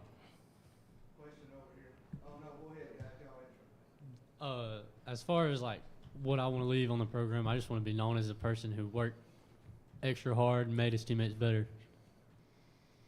No, I just want to be known for my leadership and help the younger people coming up after me get better. Chance, can you talk about your opportunity of being able to play on the offense? And Coach, can you also just talk about what went in that decision? Was it his choice, or was it something that you saw in him? It's an opportunity I haven't had because I've only been used to playing one way, so it's gonna be fun. Yeah, I mean, I think for us, we're gonna kind of mix and match a little bit and use some guys on both sides of the ball that we think can help us. I think maybe Chance played a little bit at tight end at times last year, but we'll probably use him a little bit more at H-back tight end type roles. And, we just want to use our guys' skill sets, the same way with Trevor. Trevor's a guy that's got some speed, and, we want to be able to use that on the offensive side as well. Coach, you were at Sachs for 22 years, and people call you the veteran coach. What is your main focus with Piedmont with their football team? What do you think is their main focus and their goal? And then players, how have you liked the experience with Coach Miller? Well, I think I'm at the point in my career where I'm trying to win a championship, just to be honest. And it was that way, my last few years at Sachs. That was kind of our goal going into the season. Region titles are nice, beating your rivals, all that kind of thing. That's nice. But, we want to be about winning championships, and that's something that they've been about, 5 in the last 17 years. So, it's the same thing we told them on the first day that I met the team is, I wanted them to know that, new coach, but expectations are the same. We want to compete for championships. My experience with Miller has really just been, I just enjoy, he really wants to win. I can tell that already, and he's real laid back. He's down to earth with everybody. My experience with him, he's a great coach. I look forward to playing for him and hopefully winning another state championship. To Chance and Trevor, kind of the same question, different way. Just how is he different from, the personality that you're used to running that program? He's laid back a little bit more. He's not honest all the time unless he just really needs to be. He's trying to fix something, then he'll get honest. But he's laid back. Yeah, he's laid back, and if he don't like something, he's gonna fix it. So he's just really laid back. Jonathan, everybody knows Steve left, but also James left, the defensive coordinator. Tell us a little bit about your new staff and how all that's progressing. Well, we really have a lot of guys that are, still on staff from last year. Coach Bedwell, Coach Glover, Coach Walker, Coach Pruitt are all guys that have been at Piedmont a long time, and they're guys that I have really leaned on. They've helped me tremendously, and they're outstanding ambassadors for the Piedmont football program. So, really, they've made my life a whole lot easier. Let's just say that. So, I'll be forever grateful to those guys for how they've handled the transition and the great job. They do a great job coaching our kids too. That's the most important thing. So, I think. We're just going to hopefully continue the tradition, and those guys know how to win too, so they've been a part of a lot of state championships themselves, and they know how to get the job done. Coach, you're used to playing a tough schedule. I mean, you been in this region basically for the past however many years, and then you booked B.B. Comer last year as a non-region game, Ohatchee, and then you come to Piedmont, you got Cherokee County, Anniston, Sylacauga, then you got your region week after week. Just talk about your schedule. Probably the toughest schedule I've played or been a part of, and we've been a part of a lot of pretty good ones. So, I think our team has to understand that there's going to be some growing pains. There's growing pains with every team, regardless of your schedule or whatever. You go through things every year, but for us, we've got to get through the season, get in the playoffs, and be playing our best ball in November. That's going to be my message to our team. There's going to be some bumps along the way, but we've got to stay together, and we got to understand that going in. There's a lot of maybe some new things we're doing offensively or defensively, or just general newness, and then you add to that the tough schedule. So we've got to get through the season, get in the playoffs. We're going to be battle tested, and then be playing our best football in November and make a run at it. Trevor, can you talk about what you see in the secondary and kind of some guys to look out for? It's a bunch of new guys up there, a bunch of young guys.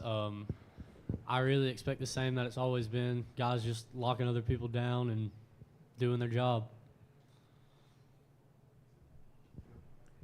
Chance, in your mind, what do you have to do to win it all this year?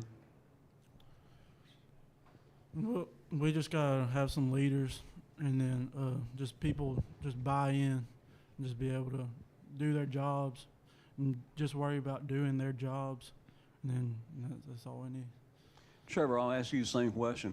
What do y'all have to do to win it all this time? Just keep working hard, do your job, pick each other up, never get down on yourself, and we can work together as a team. We'll be just all right. Be back playing for Blue Map.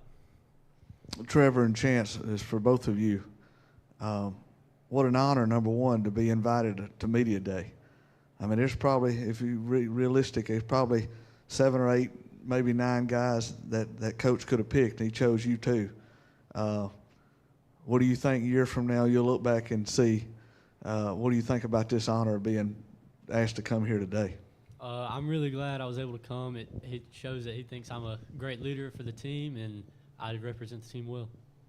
Yeah, there were several guys he could have picked, like more our inside linebackers, our D-line, some people on offense. But it's just a great honor. Just pick me for my leadership. Hope he picked me for my leadership and stuff like that. Jonathan, tell us a little bit about what the quarterback situation looks like. It's a question nobody's had to ask for Piedmont for the past 4 years. We've got a young man who will be a junior, Cole Wilson, will be our quarterback. He's a talented kid. He's a guy that he's not the between the tackles runner that Jack Hayes was. There's those guys at the quarterback position are few and far between. He's a capable runner, but he's a guy that can make every throw, and that's kind of the area where he excels, is throwing the football. So I think the big thing for us and the good thing for Cole is he does have he's got weapons. So he's just got to manage the game for us, make good decisions, and I think he'll have a big year. We kind of get complacent at times seeing, Coach Saban at Alabama over the years and then Steve Smith, but it's a new day, new philosophy. For the players, what is the one thing you take away that may be different now than what it was last year in a positive way? There's really not that much different, honestly. It's everything. He's keeping everything the same, making everybody work hard, and that's about it. Yeah, what Trevor said. All right, we appreciate you being here, Coach. We'll let you give us your final thoughts, and we'll wrap up this Media Day 2023 and wish Piedmont the best of luck this fall. Tell us your final thoughts. Well, normally I would say that this event, kind of lets you know that football season's here, but I think for me, I felt like that 2 or 3 weeks ago for whatever reason. It's just I don't know where the summer's been or went, but, you know, I'm excited about the season. I think our team's excited. A lot of guys, you know, with us losing so many starters, I think there's a lot of guys that are going to have opportunities to make plays maybe that they have not had the chances before, just, you know, due to being behind older guys. So a lot of excitement. I think our guys are ready for the season, and, you know, we're definitely ready to get started on Monday. Very good. Good luck to the Piedmont Bulldogs, and thank you to our media partners once again for making this day such a huge success. We'll see you next year on the last Friday in July. Thank you.